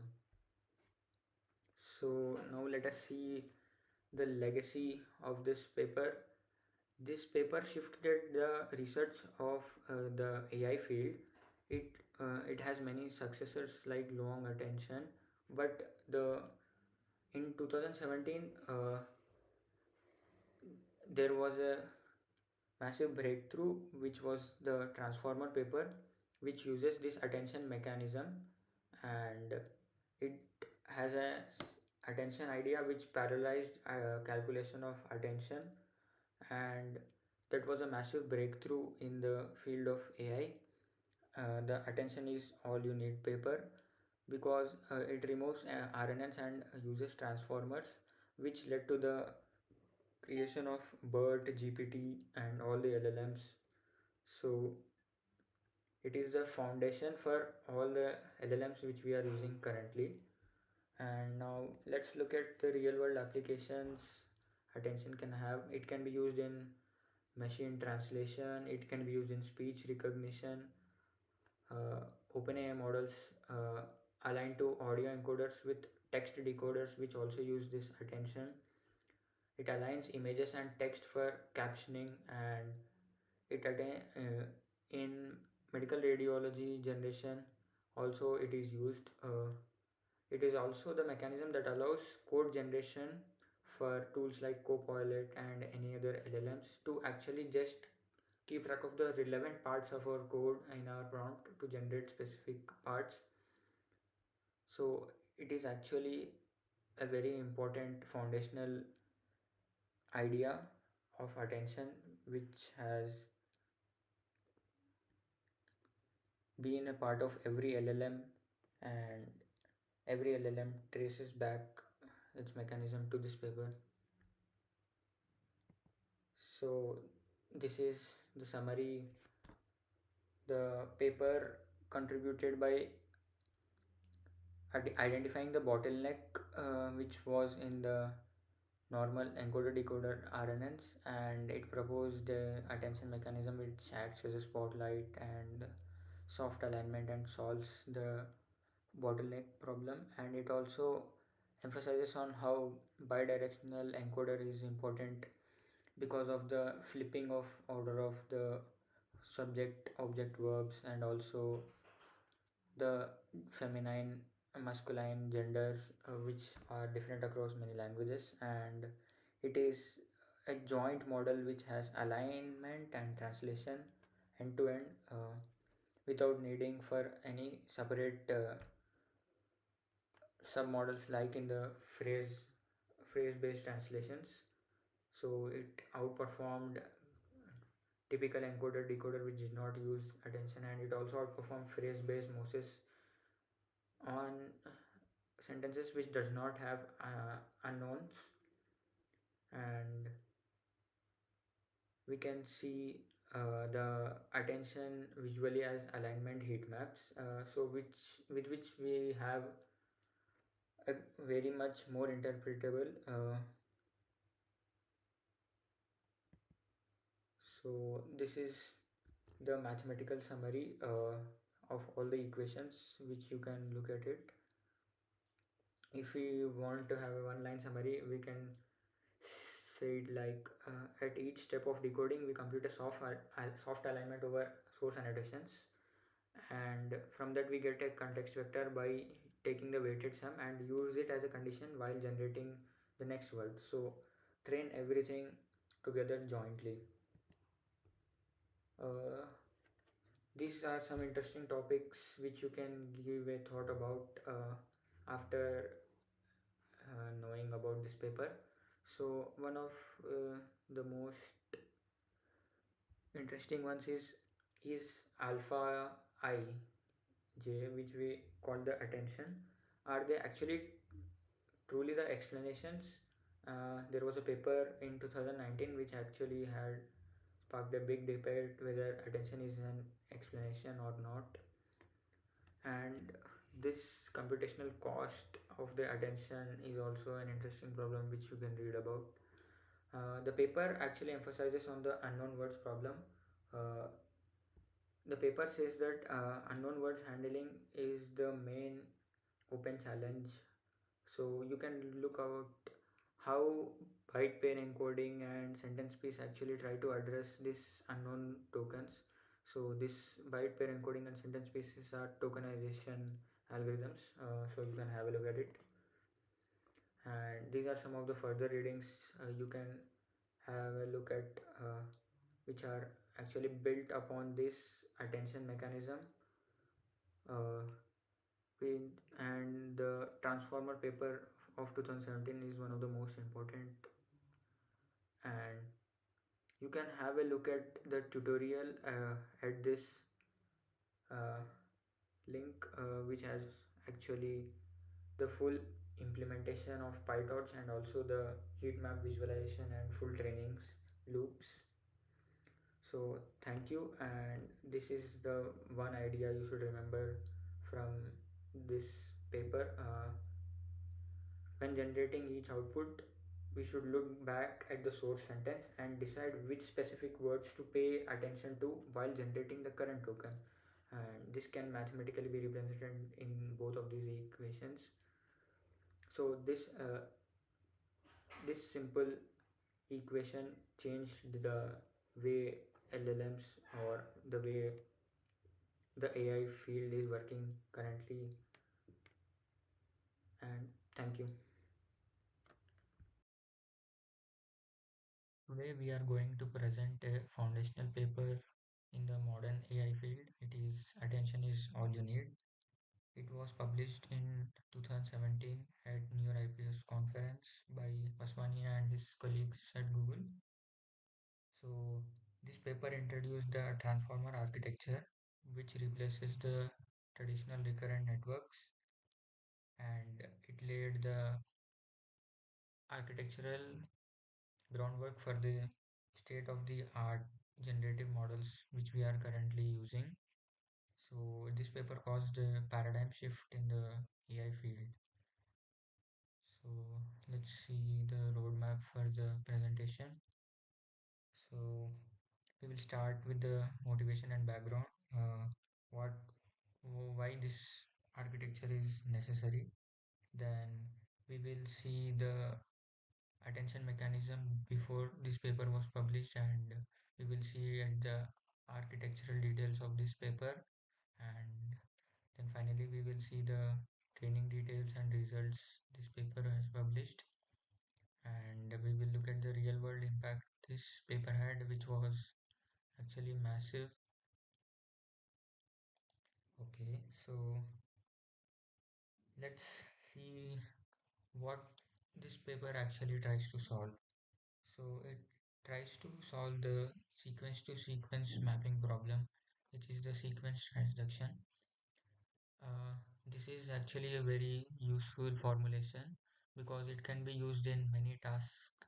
So one simple example can be machine translation. So I love coffee is translated into some other language. So this sequence is being mapped to this sequence. So not only machine translation, it can be also formulated for speech recognition tasks and summarization tasks, question answering tasks, code generation tasks. So this, if we solve this formulation efficiently, we can use it in many generative AI frameworks. So previously, even in Google Translate, LSTM frameworks were being used, which were being trained with attention frameworks, uh, and it was being processed sequentially, so it was being trained for weeks, and it was not performing properly on long sentences. So the previous recurrent framework was something like this. The encoder used to encode the input sequence into a single context vector, and the context vector was being used by the decoder. Even with attention, there was only one vector for attention and one hidden one previous state of the decoder. So all the information of the long sequences was being stored in a single context vector, which was uh, a bottleneck, and this computation was also being done sequentially, which was also a bottleneck.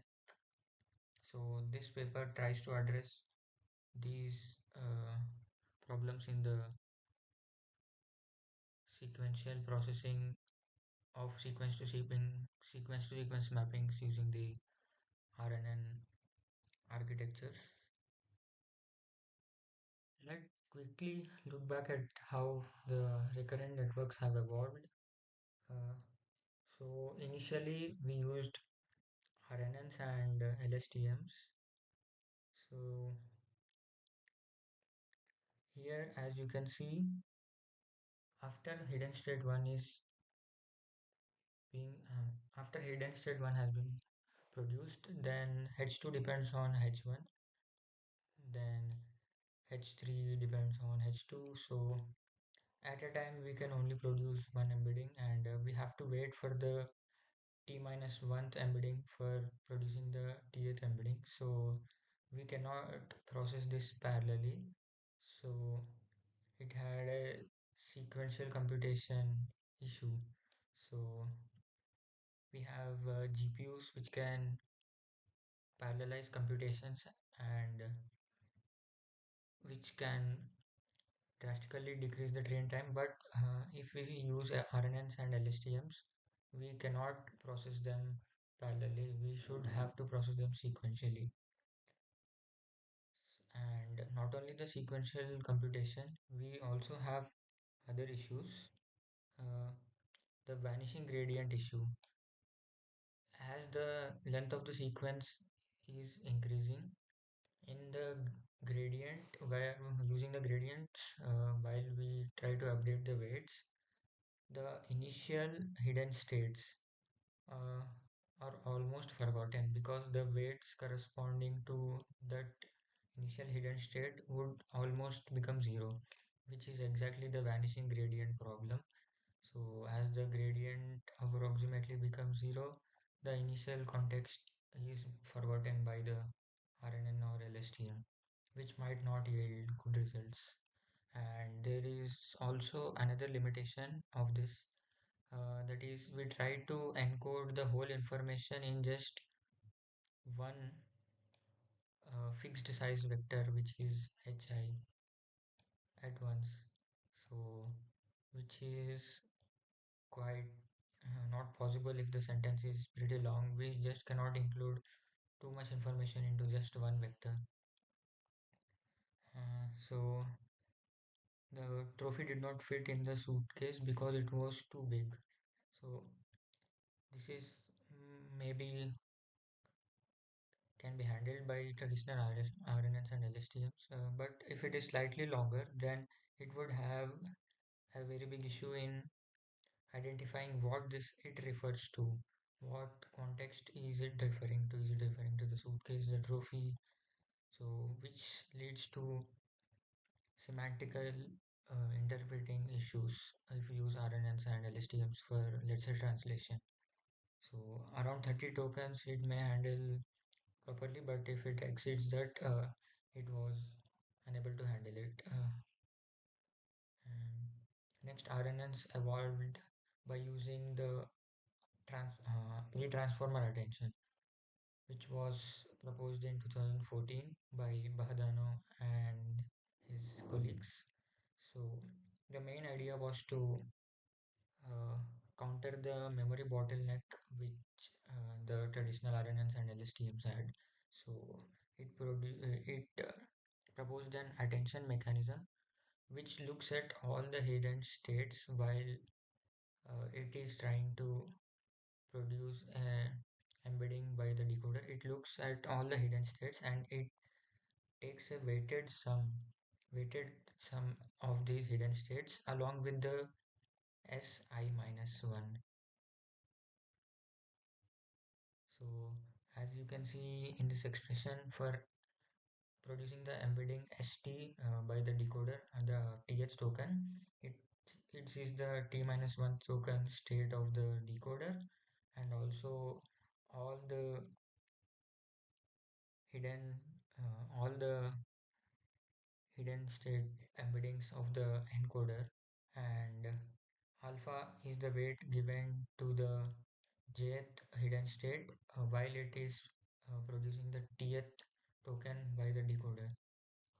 So as you can see, it can look at the whole history of the encoder embeddings.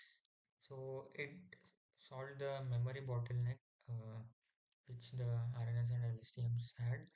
So it was evident by the significant improvement in the PLEU metric of the machine translation from English to French, which was uh, actually written, I mean, which was actually given in the paper. And the main problem here is that this addition was made on top of the RNN architecture. RNNs were still the core of the architecture. The only new thing was the weighted average of the hidden states so that it had a better view of the context and it did not forget. But the sequential computation bottleneck is still there. As you can see in this expression, for producing the TH token, we need the T minus 1 decoder state. So we cannot just produce all the decoder tokens together. Even though we can parallelly compute all the alphas for a specific TH token, but we cannot parallelize this whole computation due to the dependency between T and T minus 1 state of the decoders. So the sequential computational bottleneck has still not been addressed with this Badano attention. So the main idea and the main insight uh, was to drop the recurrence completely and use only attention for maybe the sequence transduction which we were talking about, mapping one sequence to another. So in that formulation, we can use that formulation for many different problems. So if we dropped the recurrence that was a part of the architecture inherently, so we will gain parallelism. If there is no recurrence, then it would be the best for us to compute everything parallelly. We can utilize our GPUs and drastically decrease the training time from weeks to just hours. So this is the main advantage which we can get by dropping the recurrence. And if we process all the tokens in the input parallelly, that means we can actually see the dependency between the tokens in order one path length. It is because we process all the tokens from 1 to, let's say, L tokens. We process all these tokens at once. So if any two pair of tokens are, let's say, having some dependence between them, so we can directly see that in this parallel computation. But if we try to use the recurrence and process it sequentially, then we might have to track back from L to L minus 1 to L minus 2 and so on if we have to see the dependence or any context related information between two tokens. So the path length is decreased to constant time as we are processing the whole input at once. And the interpretability is also an additional advantage. So if we try to visualize the attention weights, we can clearly see why the decoder has produced such a output sequence, which inputs were actually the reason for producing which specific token. So the way the model is working is very interpretable in this manner, whereas in the traditional RNNs and LSTMs, if we try to just encode everything into just one specific vector, let's say HI or the C or the S state of the decoder SI or ST, we cannot actually gain any interpretable insights from this. Whereas here, if we try to see the attention heat maps, we can gain many insights why that prediction has been made. So, by using these insights and the proposed architecture of the transformer, the foundation for many generative models till date has been laid, like GPT, BERT, Llama, and Claude, etc. Whatnot. Okay, now let's see what is the intuition behind the query key and value formulation of the attention that has been proposed in this paper. So let's say we have a query, what is her profession, referring to the person in this data in this database. So here this is the query and this name, this job, this city, etc. are like the keys in this database, and each key has some values. So the query key and value formulation, we can relate it like for our query which keys are the most relevant, and for that keys what are the values that are uh, the relevant ones. So here the key that is relevant for us is job for this small query, and the value that key has is the engineer. So for the query profession, the key job has to attend such that its value is engineer. So this is what the formulation tries to do. And note that this is not a hard attention. That means one key, we just don't have one key that attends to one query. Uh, there may be many keys and there may be a contribution from many different keys by using a weighted average of those keys. Because let's say in translation, we have many words which give context to some adjective or some noun, which if suppose there is a noun, there can be many adjectives which describe this noun. So while translating this noun, we should have a look at these adjectives. What are they trying to describe about the noun? While translating it to some other language, this is of great importance. So we should try to use soft attention, as just attending to one key and one value is not useful. So we try to take a weighted average of all the keys proportional to how relevant each key to our query is. So this is important that this is soft attention, not hard attention. So mathematically we can write as how each QK attends to the values. So the score is proportional to the, here the EXP comes if we use the softmax one, softmax while taking while calculating the weights, while calculating the attention. So score is how well each Q attends to the key I. So this is the scenario in search engines also. The most relevant keys which a document has are matched against our query, and the values that document or that page actually has is the value, and based on the weights of the relevance, the highest weighted page is shown first. So this is also the way search engines work. Okay, now let's focus on what is self-attention.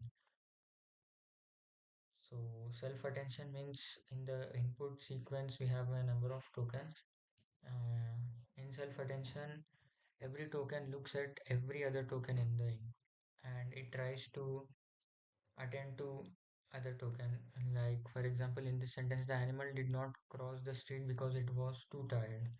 So here we can see the it is trying to refer to the animal, and it, it is also tired. So the it when our query is it, the keys animal, the keys of the words animal, tired, and the should attend to it.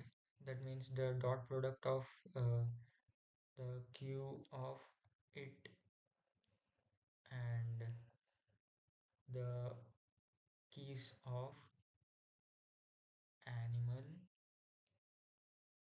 and tired,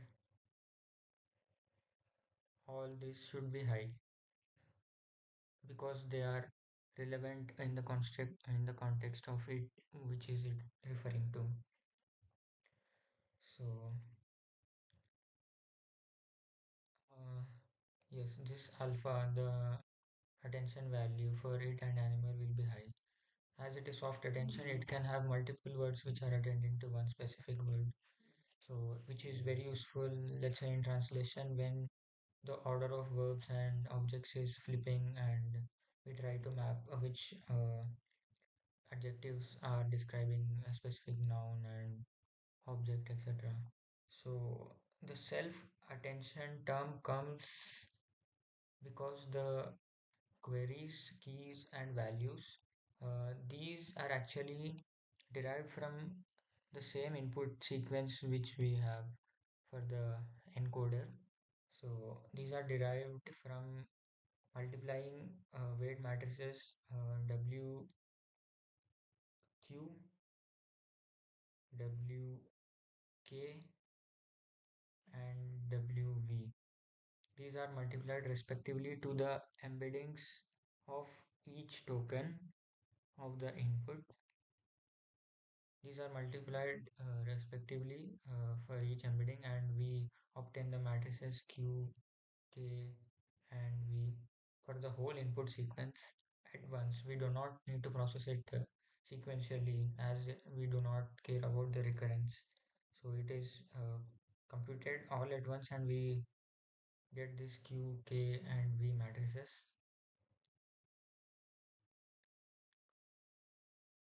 So this is the mathematical part.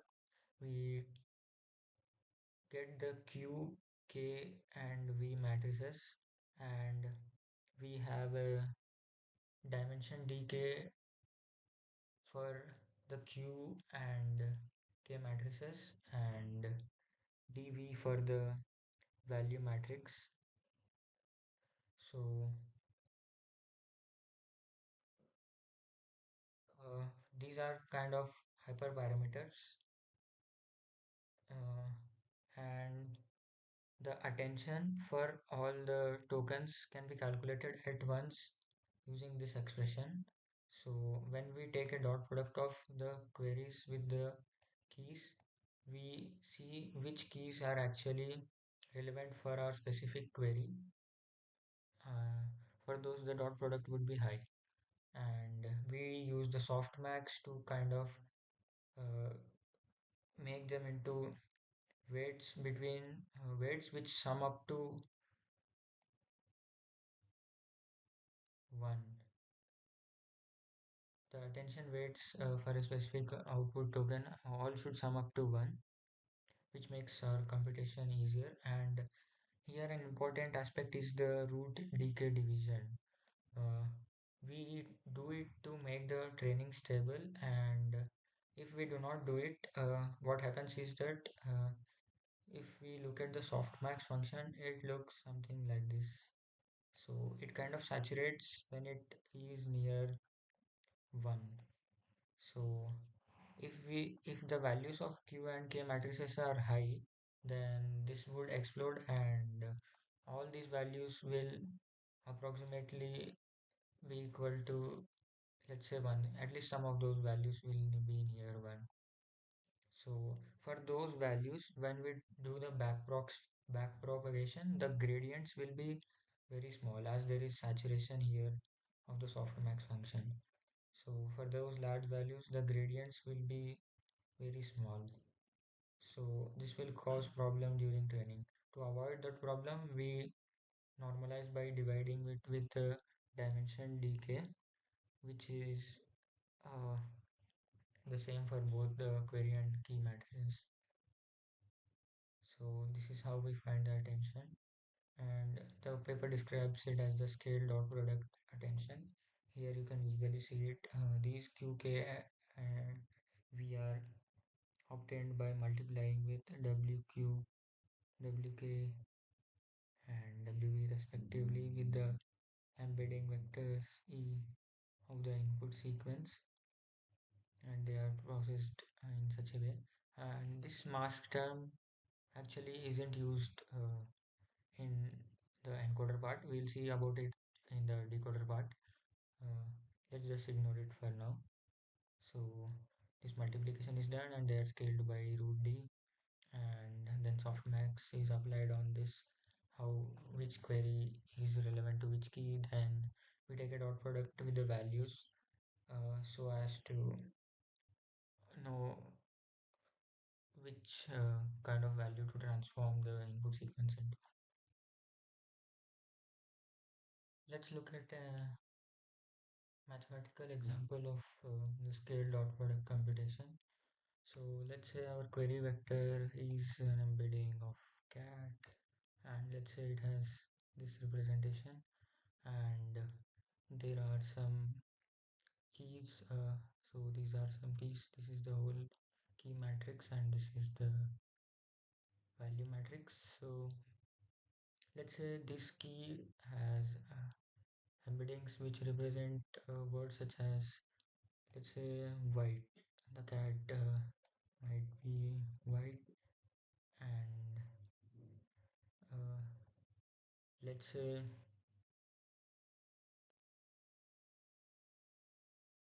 the cat has a lot of for so there might be some keys in this key matrix which correspond to this.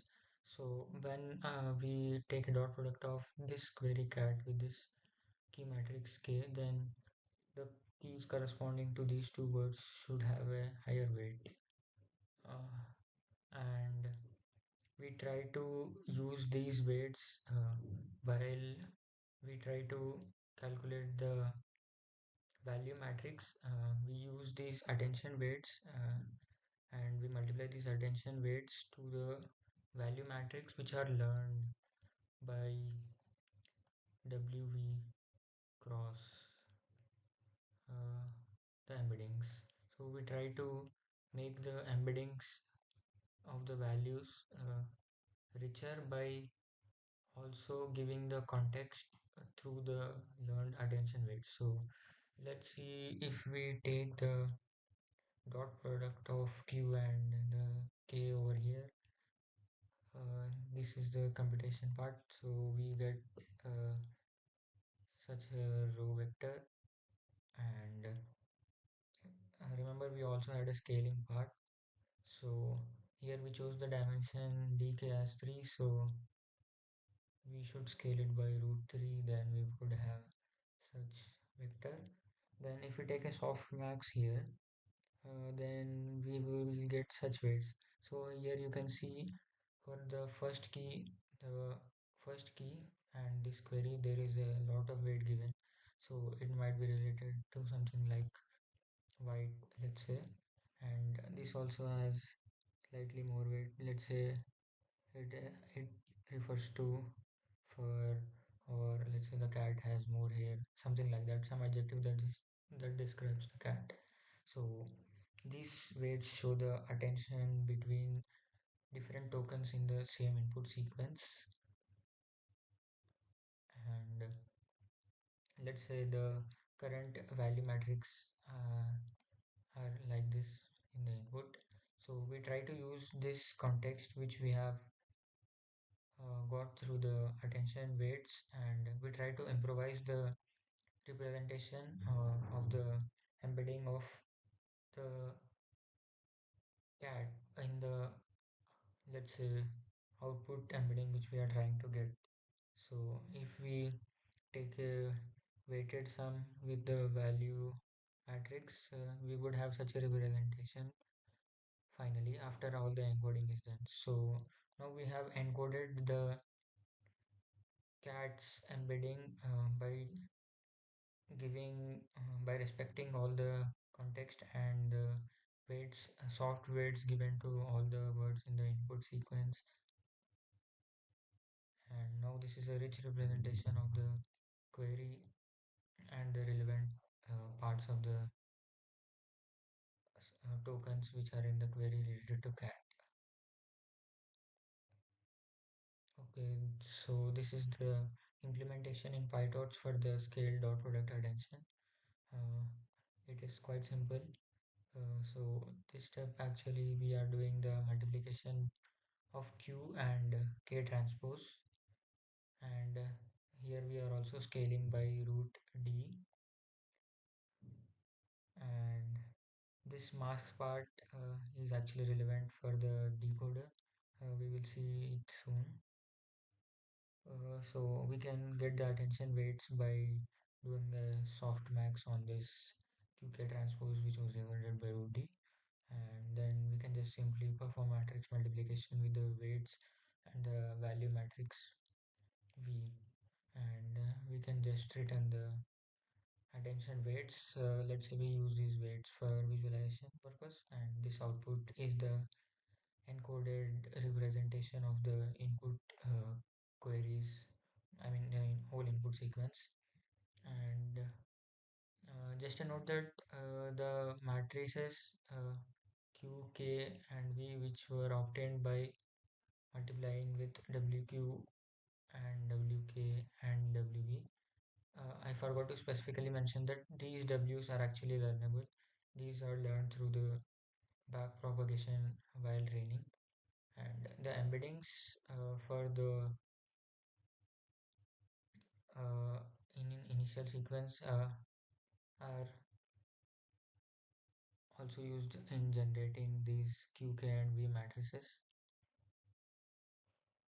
These are actually multiplied by WQ as we have discussed earlier, uh, how these are obtained, and these are learnable matrices.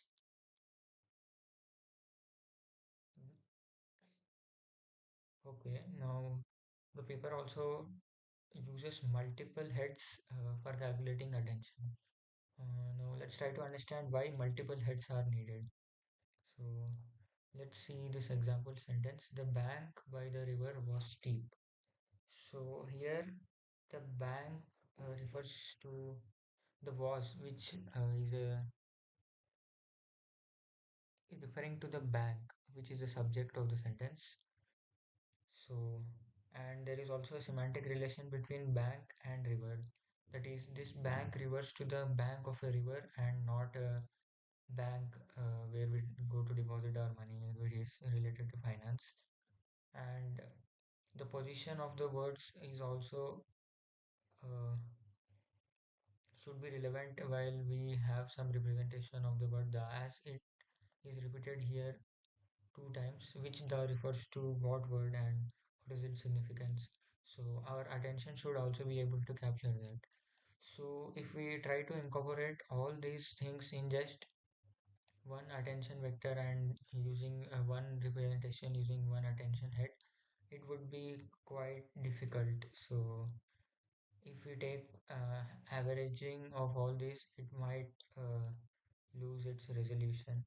So to avoid that, what we do is we run, let's say, H attention heads in parallel, and instead of running everything in the dimension D which we have fixed, we try to project all these into a lower dimensional space D dash such that our computational cost will not increase.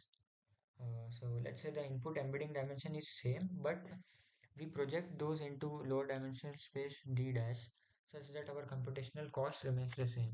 So an example is that if we try to get a 5 and 2 dimensional uh, vector for representing the attention weights, what we do is if we use 8 heads, we project first we do a linear projection of the embeddings into a 64 dimensional space so that the number of operations or the computational cost is the same as the single head, but we just have a slight overhead due to projection, which we should do initially. Uh, this you can clearly see over here.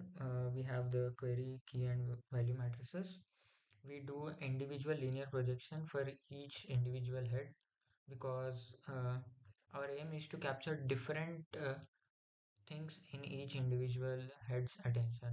Like one head might capture about the verb, one might capture about the semantics, one might capture about the position. If a word repeats two times, then which word is repeating to which word is referring to which other words. So that also needs to be taken care of. All so we just try to learn different things, different context using different heads, different context for each head. So in this way, we can get a very rich representation of our input embeddings. If we use multiple heads and we can adjust the dimension of the heads so that our computational cost remains the same except the linear projection overhead which we are having here while projecting into the lower dimension. And finally we can just concatenate all the small dimension embeddings, and we can finally get the original DK which we were trying to get, the 5 and 2 dimensional embeddings. So that is the main aim of a multiple heads. So it is same as in we use different convolution filters in CNNs. if you know about CNNs, we use different convolutional filters. Like each filter is specialized in different tasks. Like let's say one of the filter easily recognizes a nose, one recognizes uh, some features related to eyes, some related to other facial features. So each filter has its own specialty. So in the same way, each attention head tries to capture different aspects of the representation. So which makes the representation very rich, and we can get better results with this. Now over to Tejas for continuing this. Now let's look at how this comes together in PyTorch. So writing this efficiently is a rite of passage for anyone building deep learning models. So in the init method, you can see our four linear projections, WQ, WK, WV, and the final output projection, WO. The real magic happens in the split heads helper function here on the line 14. To do this in parallel, without writing a Python for loop, which is slow, we simply reshape our tensor using dot view to add an extra dimension for our heads and then transpose it. If you look at the forward pass here, the data flow is exactly what we just saw in the diagram above. We project our inputs and split them into heads. We pass them all simultaneously into the scale dot product attention function we looked at a few slides ago, and then we transpose and reshape the output back to its original flat sequence and apply our final linear layer. Because we rely on native tensor operations, this entire block runs blazingly fast on GPU hardware.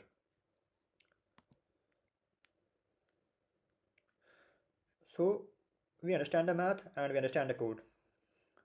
Where exactly is this used in the model? So as we see in standard natural language understanding pipelines, the transformer deploys this exact same attention mechanism in three distinctly different ways. The encoder self-attention. Here, the queries, keys, and the values all come from the encoder. Every word can look at every other word in the input sentence, so it is fully bidirectional. The masked decoder attention. This is inside the decoder. Because the model has to generate words one by one autoregressively, it cannot be allowed to cheat and look at the future. We apply a mathematical mask setting future token scores to negative infinity so that when predicting word 3, it can only attend to the words 1 and 2. Why negative infinity? Because that e power minus negative infinity turns it to 0 afterwards. So, and next is the cross attention. So this is the bridge between the two halves of the model. The queries come from the decoder, but the keys and the values come from the encoder's final output. This is how the German word being generated actively looks back at the original English sentence to find the right context, like we see here. So let's do a quick mental workout. Read the scenario in here in the box, red box. You are decoding word file of a translation. Your decoder queries the encoder states to decide which source word to focus on. Based on the three types we just discussed, which attention type this is?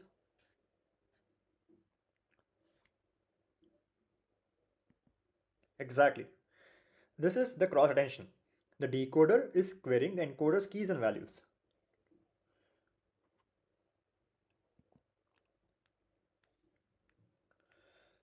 Now that we understand how the attention works under the hood, let's zoom out and look at the full transformer architecture.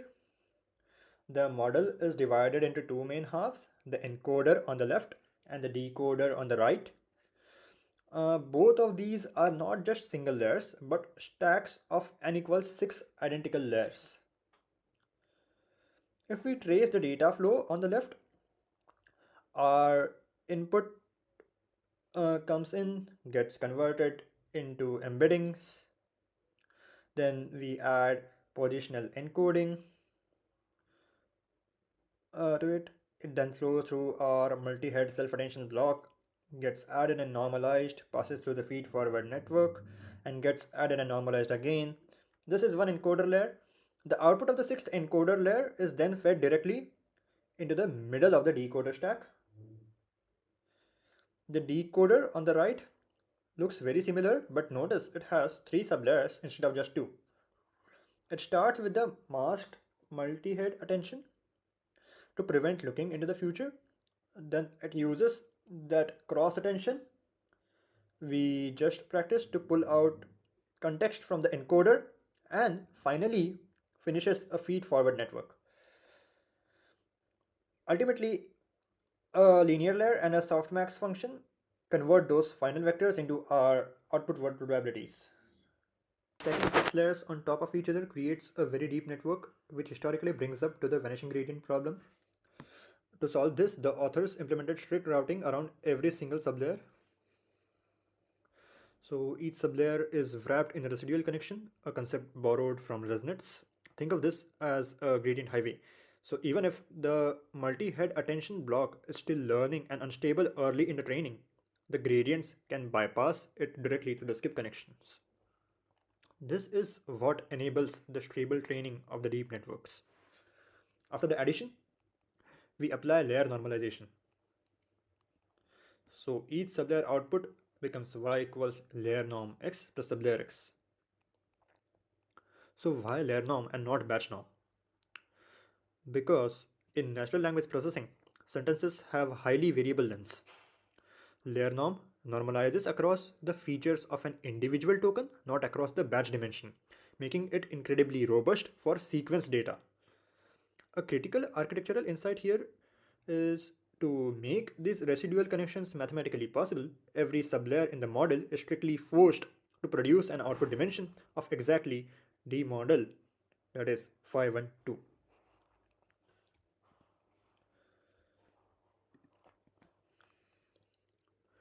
You might be wondering if attention is doing all the heavy lifting. So why do we need another neural network layer after it? So after the self-attention block mixes the information, the representation is passed into a position-wise feed-forward network, or simply an FFN. So this feed-forward network is applied independently to every single position. So let's check out here. So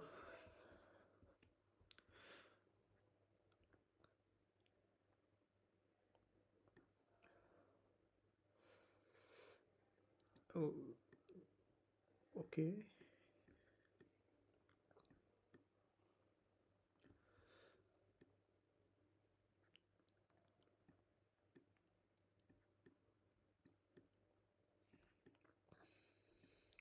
Into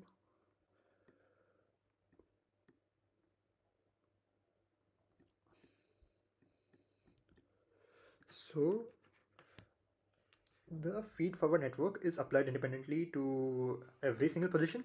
So mathematically it applies a linear transformation that massively expands the 512 dimensional vector out to 2048 dimensions, applies a Rayleigh nonlinearity, and then linearly projects it back to 500 dimensions.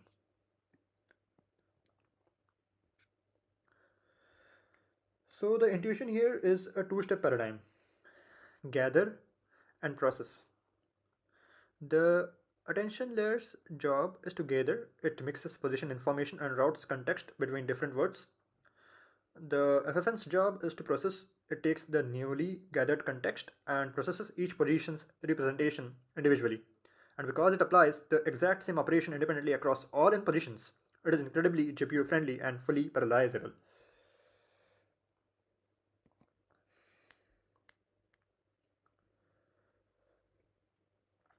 Now we have a powerful parallelizable model, but we have one glazing flaw left to fix it. Pure attention is permutation invariant. If you process an entire sentence simultaneously using matrix multiplication, the model has absolutely no concept of word order. To the attention mechanism, the sentence dog bites man is mathematically indistinguishable from man bites dog. Because we threw away our RNNs, we threw away our sense of time. To fix this, the authors introduced positional encoding. We literally just add a position vector directly to our input embedding before feeding it to the network. So xtilde is given by embed token plus PE-pos. So how do we generate this positional embedding vector? The authors used sinusoidal functions, alternating sines and cosines. If you look at the graph on the right, each dimension of this vector oscillates at completely different frequency. So why use this specific math? Because mathematically it allows the model to easily learn relative positions. For any fixed offset k, PE pos plus k can be represented as a linear function of PE pos. The model learns to naturally calculate distances between words. Let's look at how we actually code this in PyTorch. So we build this PE matrix once during initialization. So here on line 16 and 17, you can see we apply the torch.sign to the even dimensions and torch.cos to the odd dimensions exactly as this formula dictated. But the most important line on the slide is this line 20. So unlike our attention weights or our feed forward network, these position encodings are entirely fixed. They are not learned parameters and they do not require gradients during training. So when we forward pass, we simply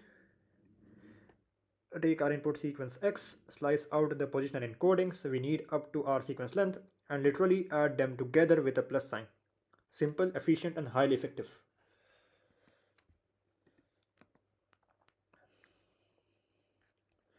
We have now covered every single micro component of the architecture. Let's put the puzzle pieces together and look at the complete encoder layer. So our sequence representation X comes in at the bottom. It flows into our multi-head self-attention. Notice the inputs here are labeled XXX. This is because X is acting simultaneously as our query, our key, and our value. After attention, the original X travels up the residual skip connection, and is added back to the plus sign, followed immediately by the layer normalization. Next, the normalized data Z flows into our position wise feed forward network to be independently processed. Once again, it bypasses the sublayer via a residual connection, gets added and normalized. That is it. The entire vertical stack is exactly one encoder layer. To build the full encoder, we just take this exact block and stack it 6 times. We have talked about how self-attention works, but let's prove mathematically why it's so much better than what we had before. Look at the complexity table here. First, look at the sequential operations. A recurrent network takes big O of n sequential steps because it processes word by word. Self-attention takes exactly big O of 1. All words are processed simultaneously. Now look at the maximum path length. If the first word in the sentence needs to relate to the last word, an RNN or an LSTM would require big O of n steps for the signal to travel. In self-attention, every word connects directly to every other word, so the path length is a constant big O of 1. This is why the vanishing gradient problem disappears. Now let's look at the complexity per layer.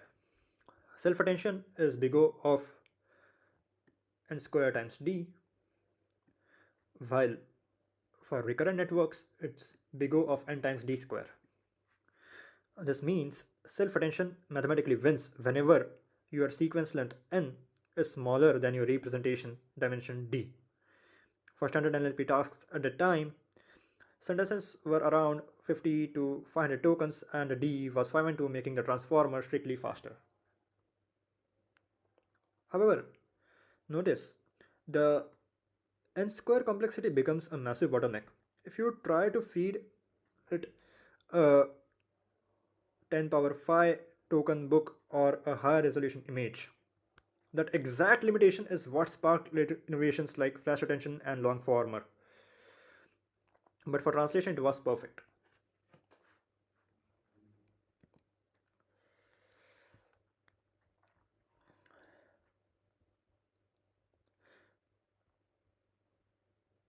So they trained this beast.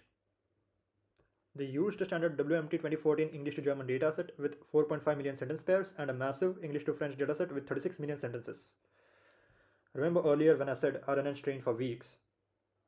The base transformer model trained in just 12 hours on 8 NVIDIA P100 GPUs. Even their big model only took 3.5 days. So that is an astronomical leap in efficiency. One crucial detail in reproducibility is their learning rate schedule. They didn't use a static learning rate. As you see in the formula here, they used the Adam optimizer and linearly increased the learning rate for the first 4000 warm-up steps. After that, they decayed it proportionally to the inverse square root of the step number. The warm-up phase was critical to keep the deep residual network stable early in training. So when you have a model this powerful, overfitting becomes a serious danger. To combat this, they applied rigorous regularization. So first, they used residual dropout with a rate of zero point 0.1. They applied this to the output of every single sublayer before the residual addition and also to the sums of the embeddings and the positional encodings.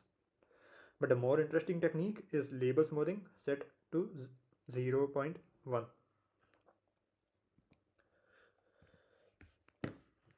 So let's look here once what happens actually in label smoothing. So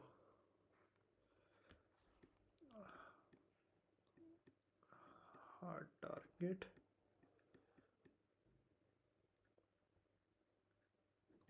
is like 100% cat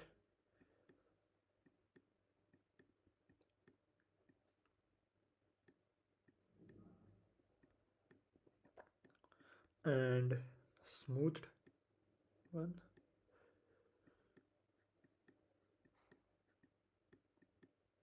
is 90% cat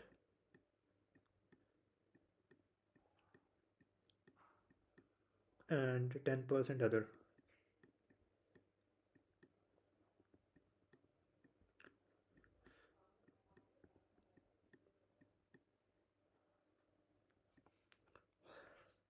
So normally when training a classifier, we give it a hard target. We tell it the correct word has one probability and everything else is 0.0. Label smoothing instead penalizes this model if it gets too confident. It lowers the target probability of the correct word to zero point 0.9 and distributes the remaining zero point 0.1 across the rest of the vocabulary.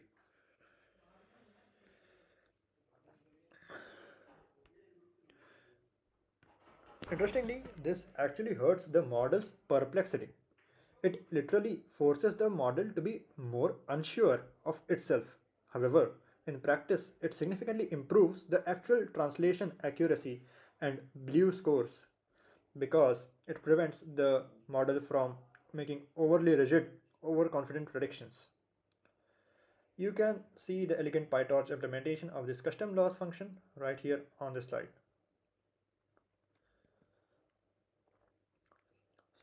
Before we look at the final translation results, let's look at how these pieces fit into a standard PyTorch training loop.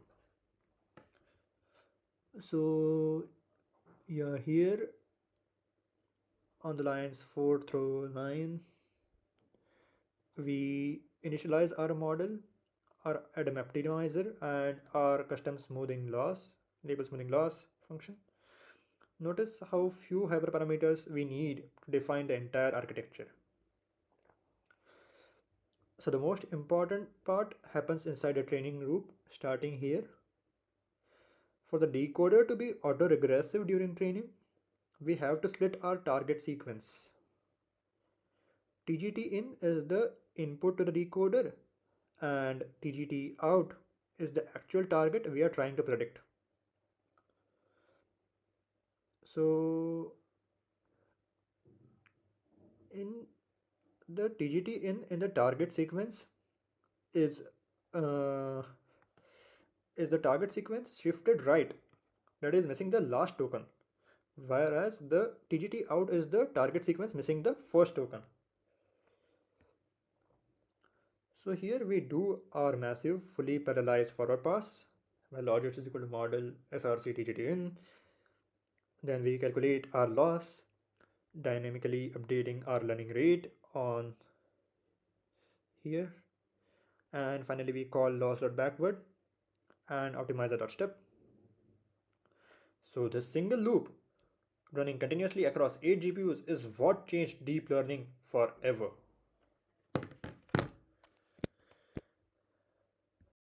So did this highly parallel attention-only architecture actually work? The results were absolute paradigm shifters. Take a look at this table.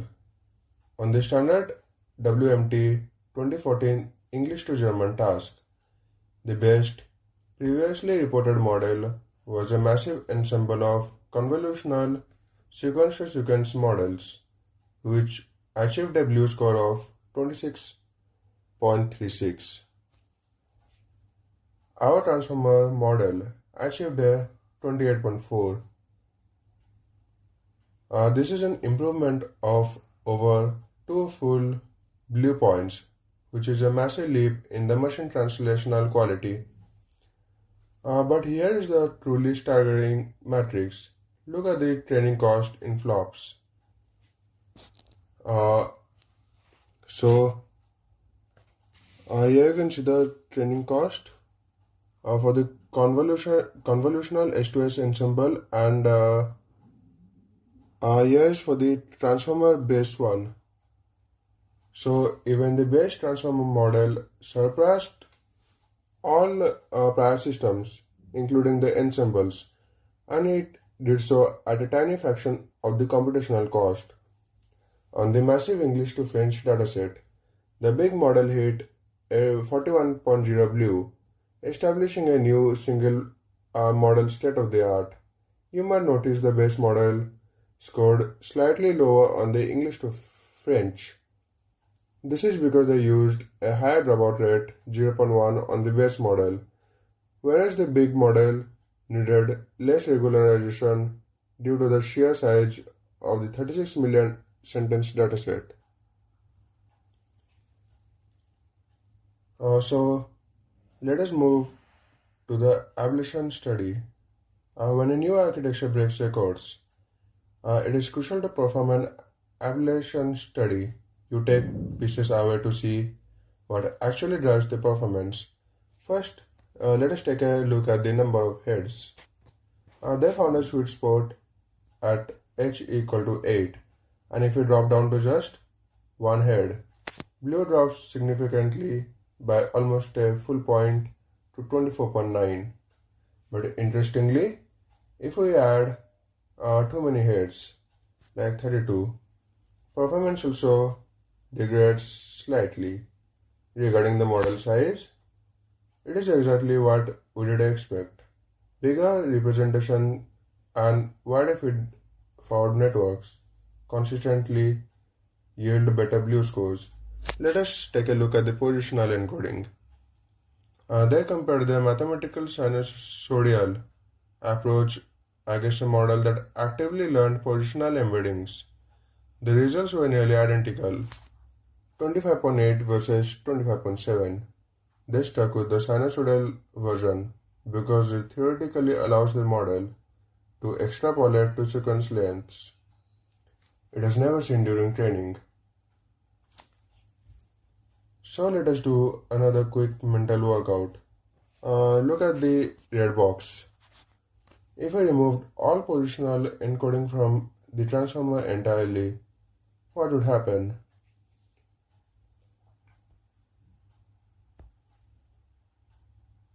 So let us move to the answer. The model becomes completely permutation invariant. Word order would have absolutely no mathematical effect. The translation performance would completely collapse. Now that we exactly know how the transformer works and why it broke translational records, let us look at what happened next. The legacy of this single paper is hard to overstate.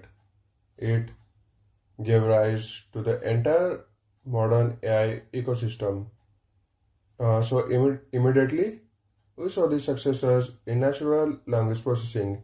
In 2018, Google released BERT, which used just the encoder stack of the transformer for masked language pre-training.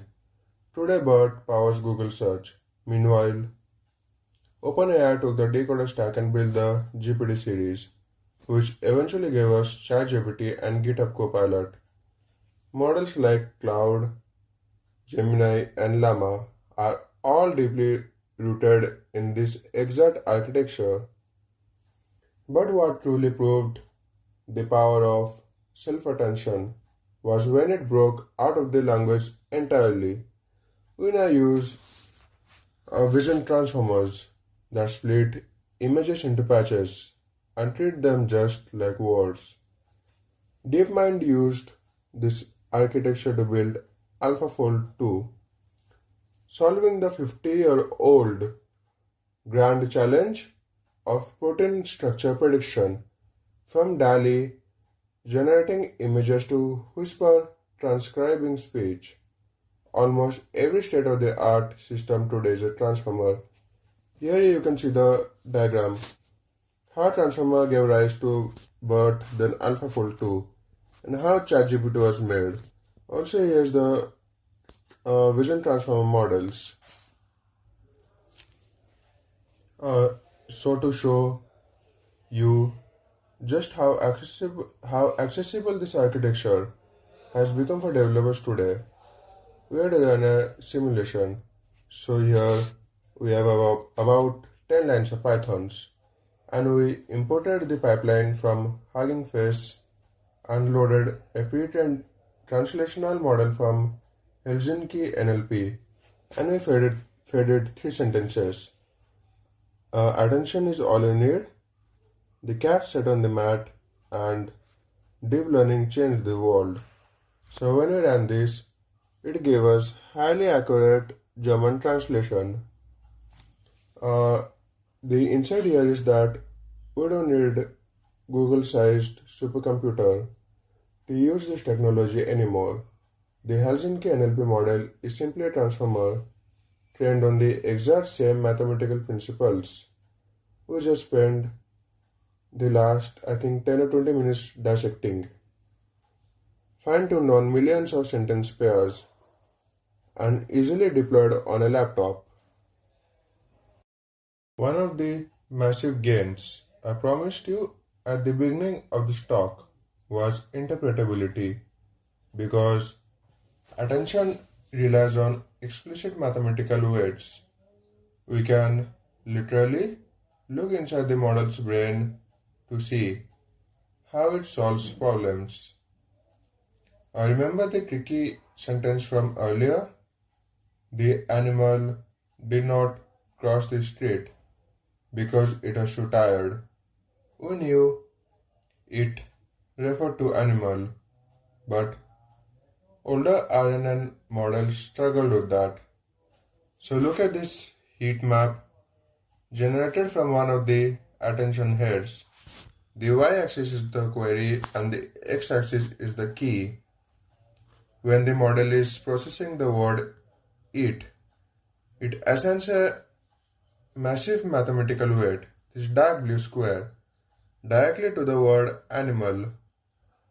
Because we have multiple heads, different heads learn different linguistic phenomena. One head tracks direct objects, another tracks syntactic subjects, and as you see here, head 3 has explicitly learned to resolve pronoun coreference. We don't have to guess why the model made its translation. The matrix multiplication shows us exactly what it was paying attention to. As revolutionary as this paper was, the original 2017 transformer is not perfect. In fact, the last few years of AI research has been largely dedicated to fixing its specific flaws.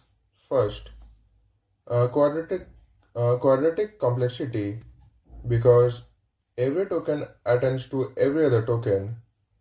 Self-attention scales at O(n) square in both memory and compute.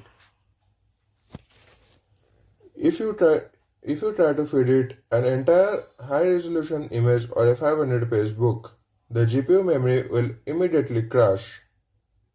This specific limitation drove the invention of models like the long-former, flash attention, and state space models like Mamba. Second, fixed content length. Unlike RNNs, which theoretically have an unbounded memory stream, the standard transformer can only process a fixed window of text. To solve this, researchers introduced relative positional encodings like rope or alibi, which allows models to generalize to longer texts. Third is data hungry. Convolutions naturally understand that adjacent pixels are related. The transformer has zero built-in inductive biases. It has to learn everything from scratch, meaning it requires massive datasets and pre-training to become useful. Finally, sequential decoding. While training is highly parallel, inference, generating text is still stubbornly sequential. The model generates one token at a time, which can be a bottleneck for speed. Today, we use tricks like speculative decoding to fix this up. Yet, despite all these four massive challenges, the transformer remains the undisputed dominant architecture in the world today. Now let us bring it all together. Here's what we learned. Motivation. RNNs are slow and forgetful, creating a sequential bottleneck. Attention. The authors replaced them with a soft, differentiable database lookup using query key and value, scaled dot product. We stabilize our gradients by dividing by root of dk multi-head. By running multiple attention heads in parallel, the model can simultaneously grasp syntax, semantics, and context architecture.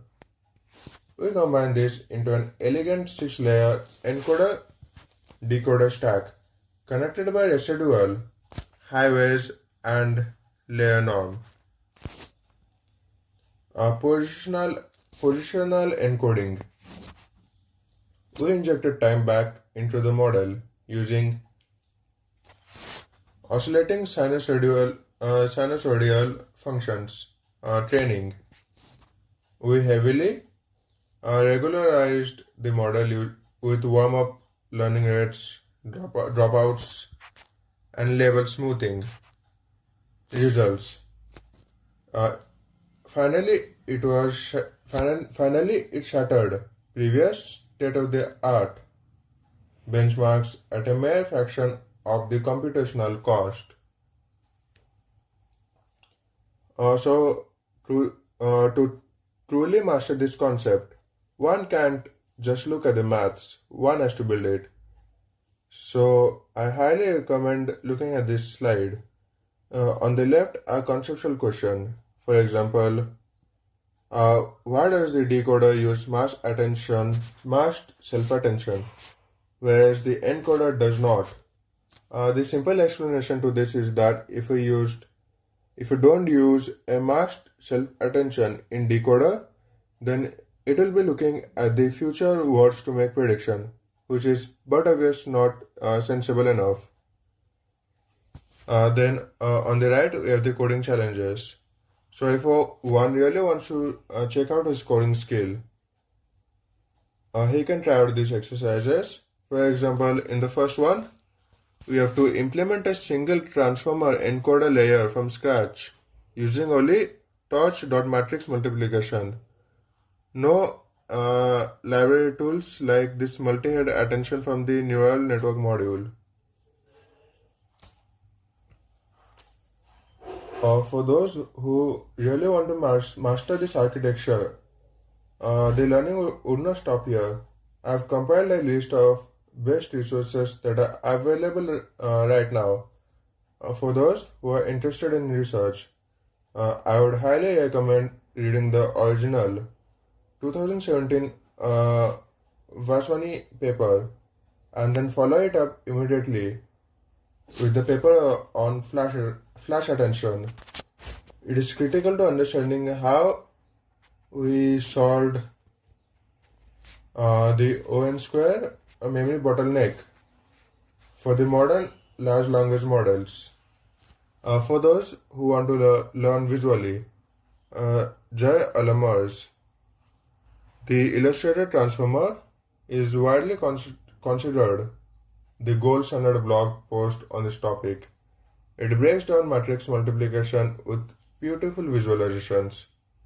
And finally, for the engineers who learn by doing, one he can go to GitHub and clone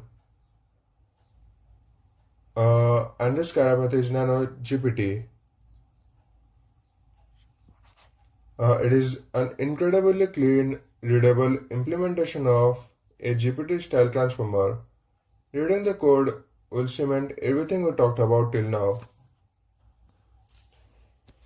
So thank you, and I want to leave you with a thought that perfectly captures why I spent the last 30-40 minutes dissecting these matrices and residual connections.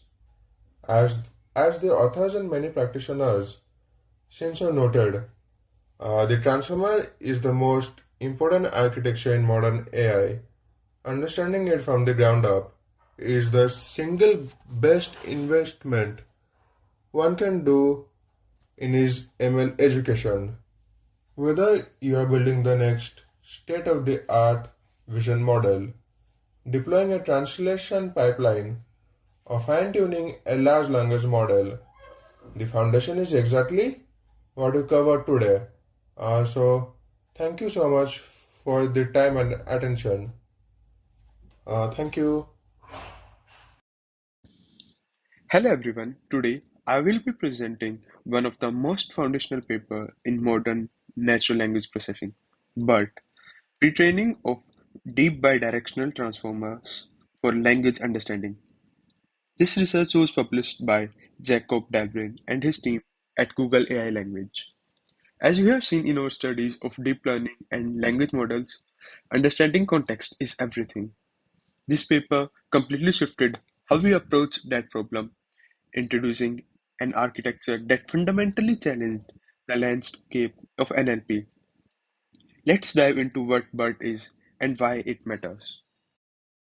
So, what exactly is BERT? The acronym stands for Bidirectional Encoder Representations from Transformers. Its primary objective was to design a model that could learn deep bidirectional representations from massive amount of unlabeled text. The core mechanism here is that BERT jointly conditions on both the left and right context across all of its layers. The impact of this architecture was massive. Upon its release, BERT pushed the state-of-the-art results on 11 different NLP tasks, including major benchmarks like GLUE and SCORED. What makes this even more impressive is its simplicity. The authors created a unified architecture for both sentence and token level tasks. You can take a pre-trained BERT model and fine-tune it for a specific task using just one additional output layer without needing to make a substantial change in the underlying architecture. To understand why BERT is so significant, we have to look at the limitations of the models that came before it. Standard language models prior to BERT were overwhelmingly unidirectional, usually reading text from left to right, which severely restricted their pre-training power. Take OpenAI's GPT for example. It relies on a transformer decoder architecture where every token can only attend to previous tokens in the self-attention layers. This left-to-right restriction is suboptimal for sentence-level tasks and it can be actively harmful for token-level tasks like question answering, where understanding the context from both directions is absolutely crucial. Now, you might be thinking of Elmo, which did use both directions. However, it had its own limitations. It uses a shallow concatenation of two independently trained LSTMs, one left to right and one right to left. This means it wasn't deeply bidirectional. As the authors note, standard conditional models couldn't be trained bidirectionally because it would allow each word to indirectly see itself during the prediction process. This visual perfectly illustrates the architectural differences. On the left, we have BERT. Notice the fully connected nature of the arrows. It jointly conditions on both left and right context simultaneously in every single layer. This is what we meant by deeply bidirectional. In the middle is OpenAI's GPT. You can say it uses a standard transformer decoder where every token only attends to the tokens on its left. On the right is Elmo, where it processes text in both directions. It essentially trains two separate models and concatenates them at the end.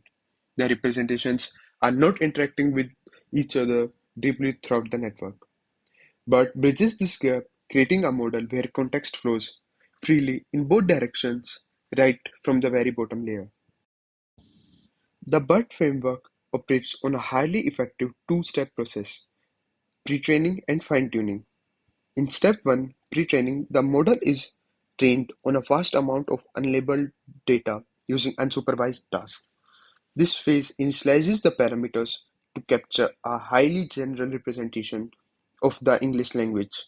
In step 2, fine-tuning, the model is initialized with those pre-trained parameters. Then, all of the parameters are fine-tuned end-to-end using labeled data from specific downstream tasks, like question answering or named entity recognition. This two-step paradigm is what allows BERT to be so adaptable and powerful across various applications. Diving into the architecture, BERT is built heavily upon the original transformer implementation introduced by Vaswani et al. In 2017. The architecture is defined by three main hyperparameters. First is L, which represents the number of layers or transformer blocks. Second is H, the hidden size. And third is A, the number of self-attention heads. The feed-forward filter size is always set to 4H. So for a hidden size of 768, the feed-forward network is 3072. Notably, instead of standard ReLU activation function commonly used in neural networks, but utilize GLUE, Gaussian error linear units. Finally, to prevent overfitting, they apply a dropout probability of 0.1 across all layers. The researchers primarily experimented with two model sizes, BERT base and BERT large. BERT base consisted of 12 layers, a hidden size of 768, 12 attention head, and a total 110 million parameters. This specific configuration was deliberately chosen to match the size of OpenAI's GPT. By keeping the parameter count identical, the authors could ensure that any performance gains were due to BERT's bidirectional architecture rather than just having a larger model. BERT large, on the other hand, is massive.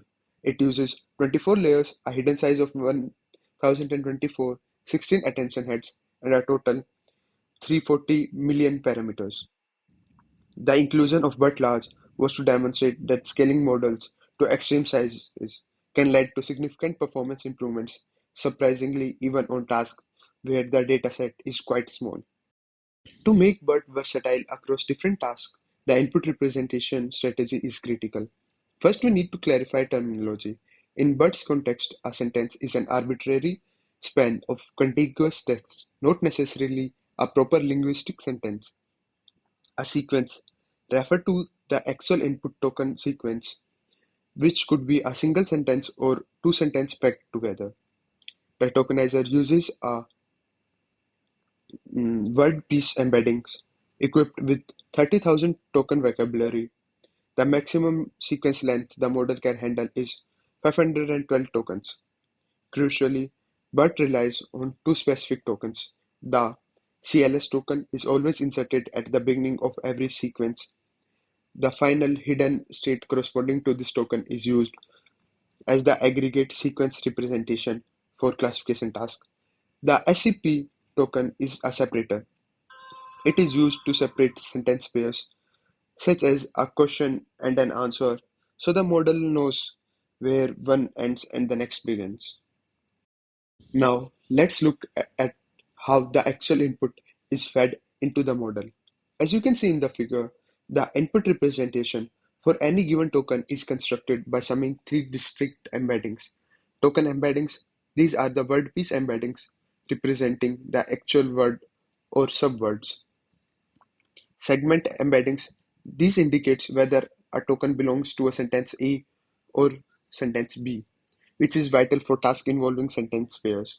Position embeddings, because transformers don't have a built-in sense of sequence orders like an RNN does, position embeddings are added to give the model information about where each token is located within the 512 token sequence.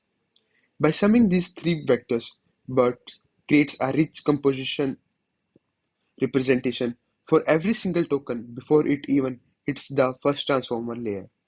This robust input formulation sets the stage for the actual pre-training task, which we will explore next. So now moving forward, we come to the first major pre-training task in the BERT, which is the task number 1, as we can see on the slides, masked language model or the MLM. So the core idea here is actually very simple but extremely powerful.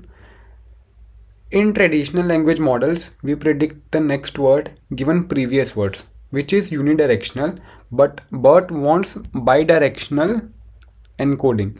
So, which means it should learn from both left and right context simultaneously.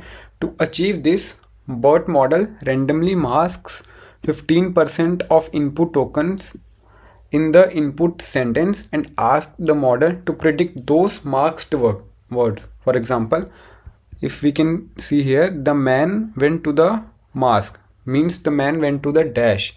So now the model should predict something like store. The important thing is the model is not reconstructing the whole sentence like an autoencoder.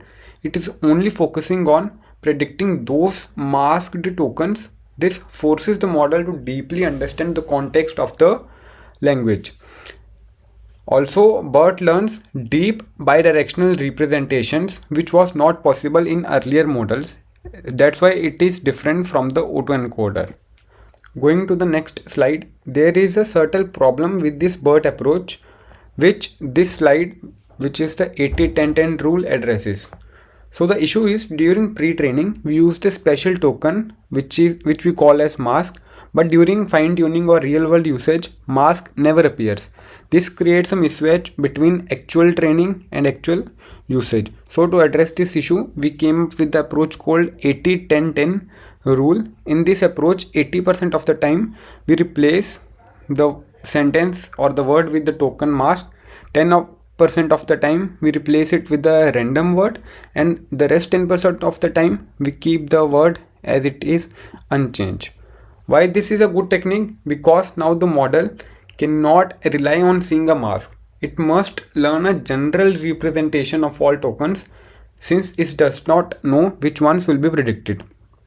So this makes the model a more realistic and robust one, keeping a track of distributional contextual representations of every token it has seen. Going on to the next slide, which is the task number 2. So far we were working at the word level, but language models understanding is not just about words, it is also about relationships between sentences. This brings us the second task, which is the next sentence prediction, or the NSP. The goal here is to understand how sentences relate to each other, which is crucial for tasks like question answering and natural language interferences. So what BERT does is it takes two sentences, A and B. 50% of the time B is the actual next sentence, as we can see here in the sentence, and other 50% of the time B is a random sentence only, like it is not the next sentence, and the model has to predict whether B is actually logically follows the A or not. Now this prediction is made using the CLS token representation, as we can see here at the time of the training, which acts as a summary of entire input. So essentially BERT is learning inter-sentence relationships and not just word meanings. And this is a big reason why BERT performs so well on tasks like question answering and natural language interferences. Now that we have understood the task, the next question is what kind of data is used to train such a powerful model. So BERT is trained on massive unlabeled text datasets, which is about 800 million of book words corpuses and 2500 million words of English Wikipedia, which is the online dictionary.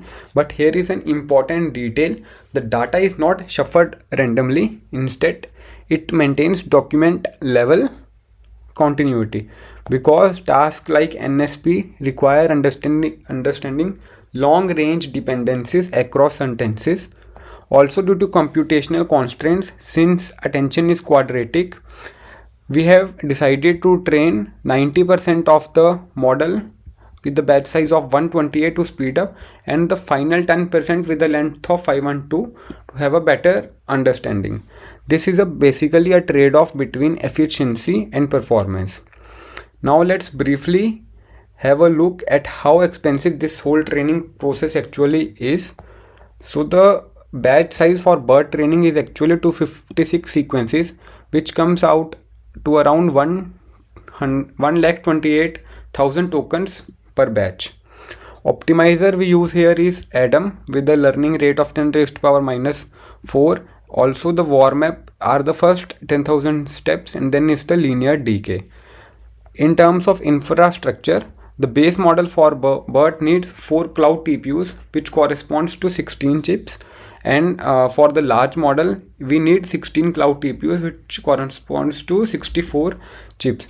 And even with this setup, training takes around 4 days for each model size. So this shows that the power of BERT comes at the cost of heavy computation during pre-training, but the benefit is that fine-tuning becomes very much cheap. Going on to next slide. So after pre-training, we move to the fine-tuning procedure, which is surprisingly simple. We take the same pre-trained BERT model and just add a small output layer depending on the type of task that we have to do. As we can see here, some of the key points are that all pre-trained parameters are fine-tuned or fixed, and just few task specific parameters are added. Training is fast. For example, squad model just takes 30 minutes to finish on a single TPU. That means fine tuning is very much inexpensive, and typically we just tune hyperparameters like learning rate and batch sizes, as we can see here in the slide. So the beauty of the BERT is that it is one general model and it has many different use cases or tasks that we can use it to work on. Now let's see what kind of task BERT can handle after fine tuning. The very first one, there are basically two types of tasks. First one is the sentence pair task, and second one are the single sentence tasks. BERT model handle these tasks using the CLS token representation as a summary of input and passes it to a classifier. So again, same architecture, just a different output layer. This is what made BERT extremely flexible, but not all tasks are sentence level. Some require predictions at the word level too. For example, we have token level taggings or token level tasks. Very first one is the question answering, and we are using squared version 1.1 here the model predicts start position s and the end position e of the word. So instead of generating text, BERT just selects a span from the input. And going on to the second one, which is sequence tagging or NER, named entity recognition. Here each token is classified individually: person, local, location and organization. So instead of using CLS, we use each token's representation. Just to classify or summarize these slides, for classification we use CLS, and for token tasks we use individual token embeddings and feed them into a classification layer over labels. So up to this point we have seen how BERT is trained and how it is adapted to different tasks.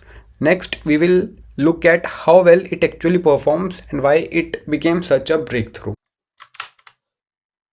Now let's dive into the core results. So on the GLUE benchmark, which is the collection of diverse natural language understanding tasks, but doesn't just improve these SOTA sweeps. We see it an absolute improvement of 7.7%.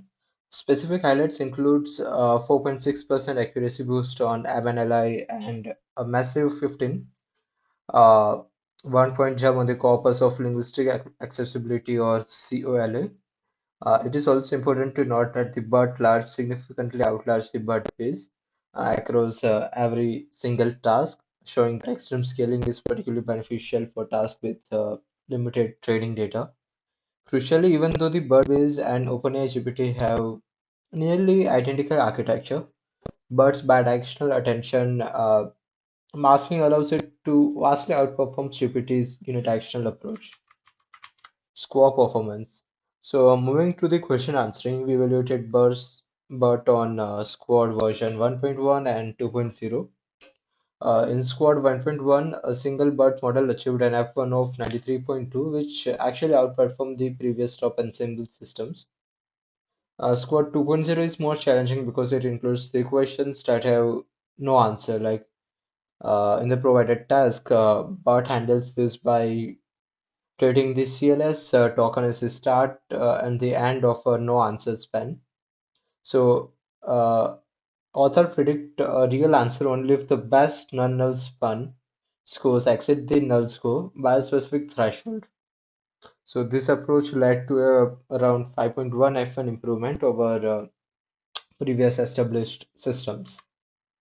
So next is walk dataset. So which test model's ability to perform grounded common sense inference across around 113,000 sentence by examples. So the task is to choose the most plausible continuation of the sentence from four choices. So the approach was to construct four separate input sequence, each concatenating the original sentence with one of the choices, and then use the CLS token to score them. So as we can see, the BERT large reached 86.3% of accuracy, which is strikingly close to human level performance at 88%, and far ahead of OpenAI's GPT at 78%. So ablation is bidirectional essential. So to understand why BERT performs so well, uh, the author performed ablation studies. So the most critical question was whether dip bidirectionally is truly essential. So they compared the best model against two variation, one without the next sentence prediction and one that is purely left to right like GPT. So removing NSP significantly hurts the performance on relationship heavy tasks like QNLI and MNLI. However, the most dramatic drop occurs when we move to the LTR model, particularly in the squad. Like this confirms that our core thesis, bidirectional conditioning, is strictly more powerful for token level prediction, where right side context is vital. Um, they also explored the effect of model size. So a common assumption in NLP is that massive model will overfit on a small data set. However, It was found the opposite. Scaling to extreme size up to 340 million parameters leads to strict accuracy improvement even on tasks with a very few labeled examples like MRPC, which has only 3600 samples. So the hypothesis is that when a model is sufficiently pre-trained and then fine-tuned directly on the task, it can leverage the massive expressive representation even when the data is sparse. So this is a major departure from older feature-based approach where the benefit of the model size often plateaued. So while we advocate for fine-tuning, what is also highly effective for a feature extractor. So this is useful if you have a task-specific architecture that cannot easily replaced by a transformer, or if you want to pre-compute representation wants to save on cost. So on this UNLL 2003 NER task, we they extract activation from the pre-trained layer without any fine-tuning. They perform this simply concatenating the top four hidden layers and feeding them into the BioLSTM and achieve 96.1 F1, just zero point 0.3 behind the full fine-tuning approach. This proves that the burst representation and incredibly robust when the pre-trained weights remain frozen. So here they look at the 80-10-10 massive strategy introduced earlier. So they ablated this to see if the random token placement and keep unchanged strategy were necessary. So the data shows that while full fine-tuning is surprisingly robust to this strategy, the Fisher-based approach for NER is much more sensitive. Using only the mask token creates a mismatch between the model never learns to keep a representation of actual words seen during the pre-training. So the mixed strategy forces the model to maintain a distributional contextual representation for every single input token. So training efficiency and steps. So finally, but does not really need a millions of steps of pre-training? The answer is clearly yes. So Birdbase has gained nearly a full percentage point of accuracy on MNLI by moving from 500,000 steps to 1 million. They also analyze convergence. So because the masked LM only predict 15% of the token per batch, it does convert slightly slower than the traditional left to right model that predict every word. So however, in terms of absolute accuracy, the MLM model begins to outperform the MTR model almost immediately. So to wrap up Bird's major contribution in the generalization of rich unsupervised pre-training to deep bidirectional architecture. By doing so, it has eliminated the need for many heavily engineered task-specific models that were previously necessary. And the unified framework present here allows even low-resource tasks to benefit from massive pre-training, establishing a new foundation for high-fidelity language systems. Um, Thank you for your time.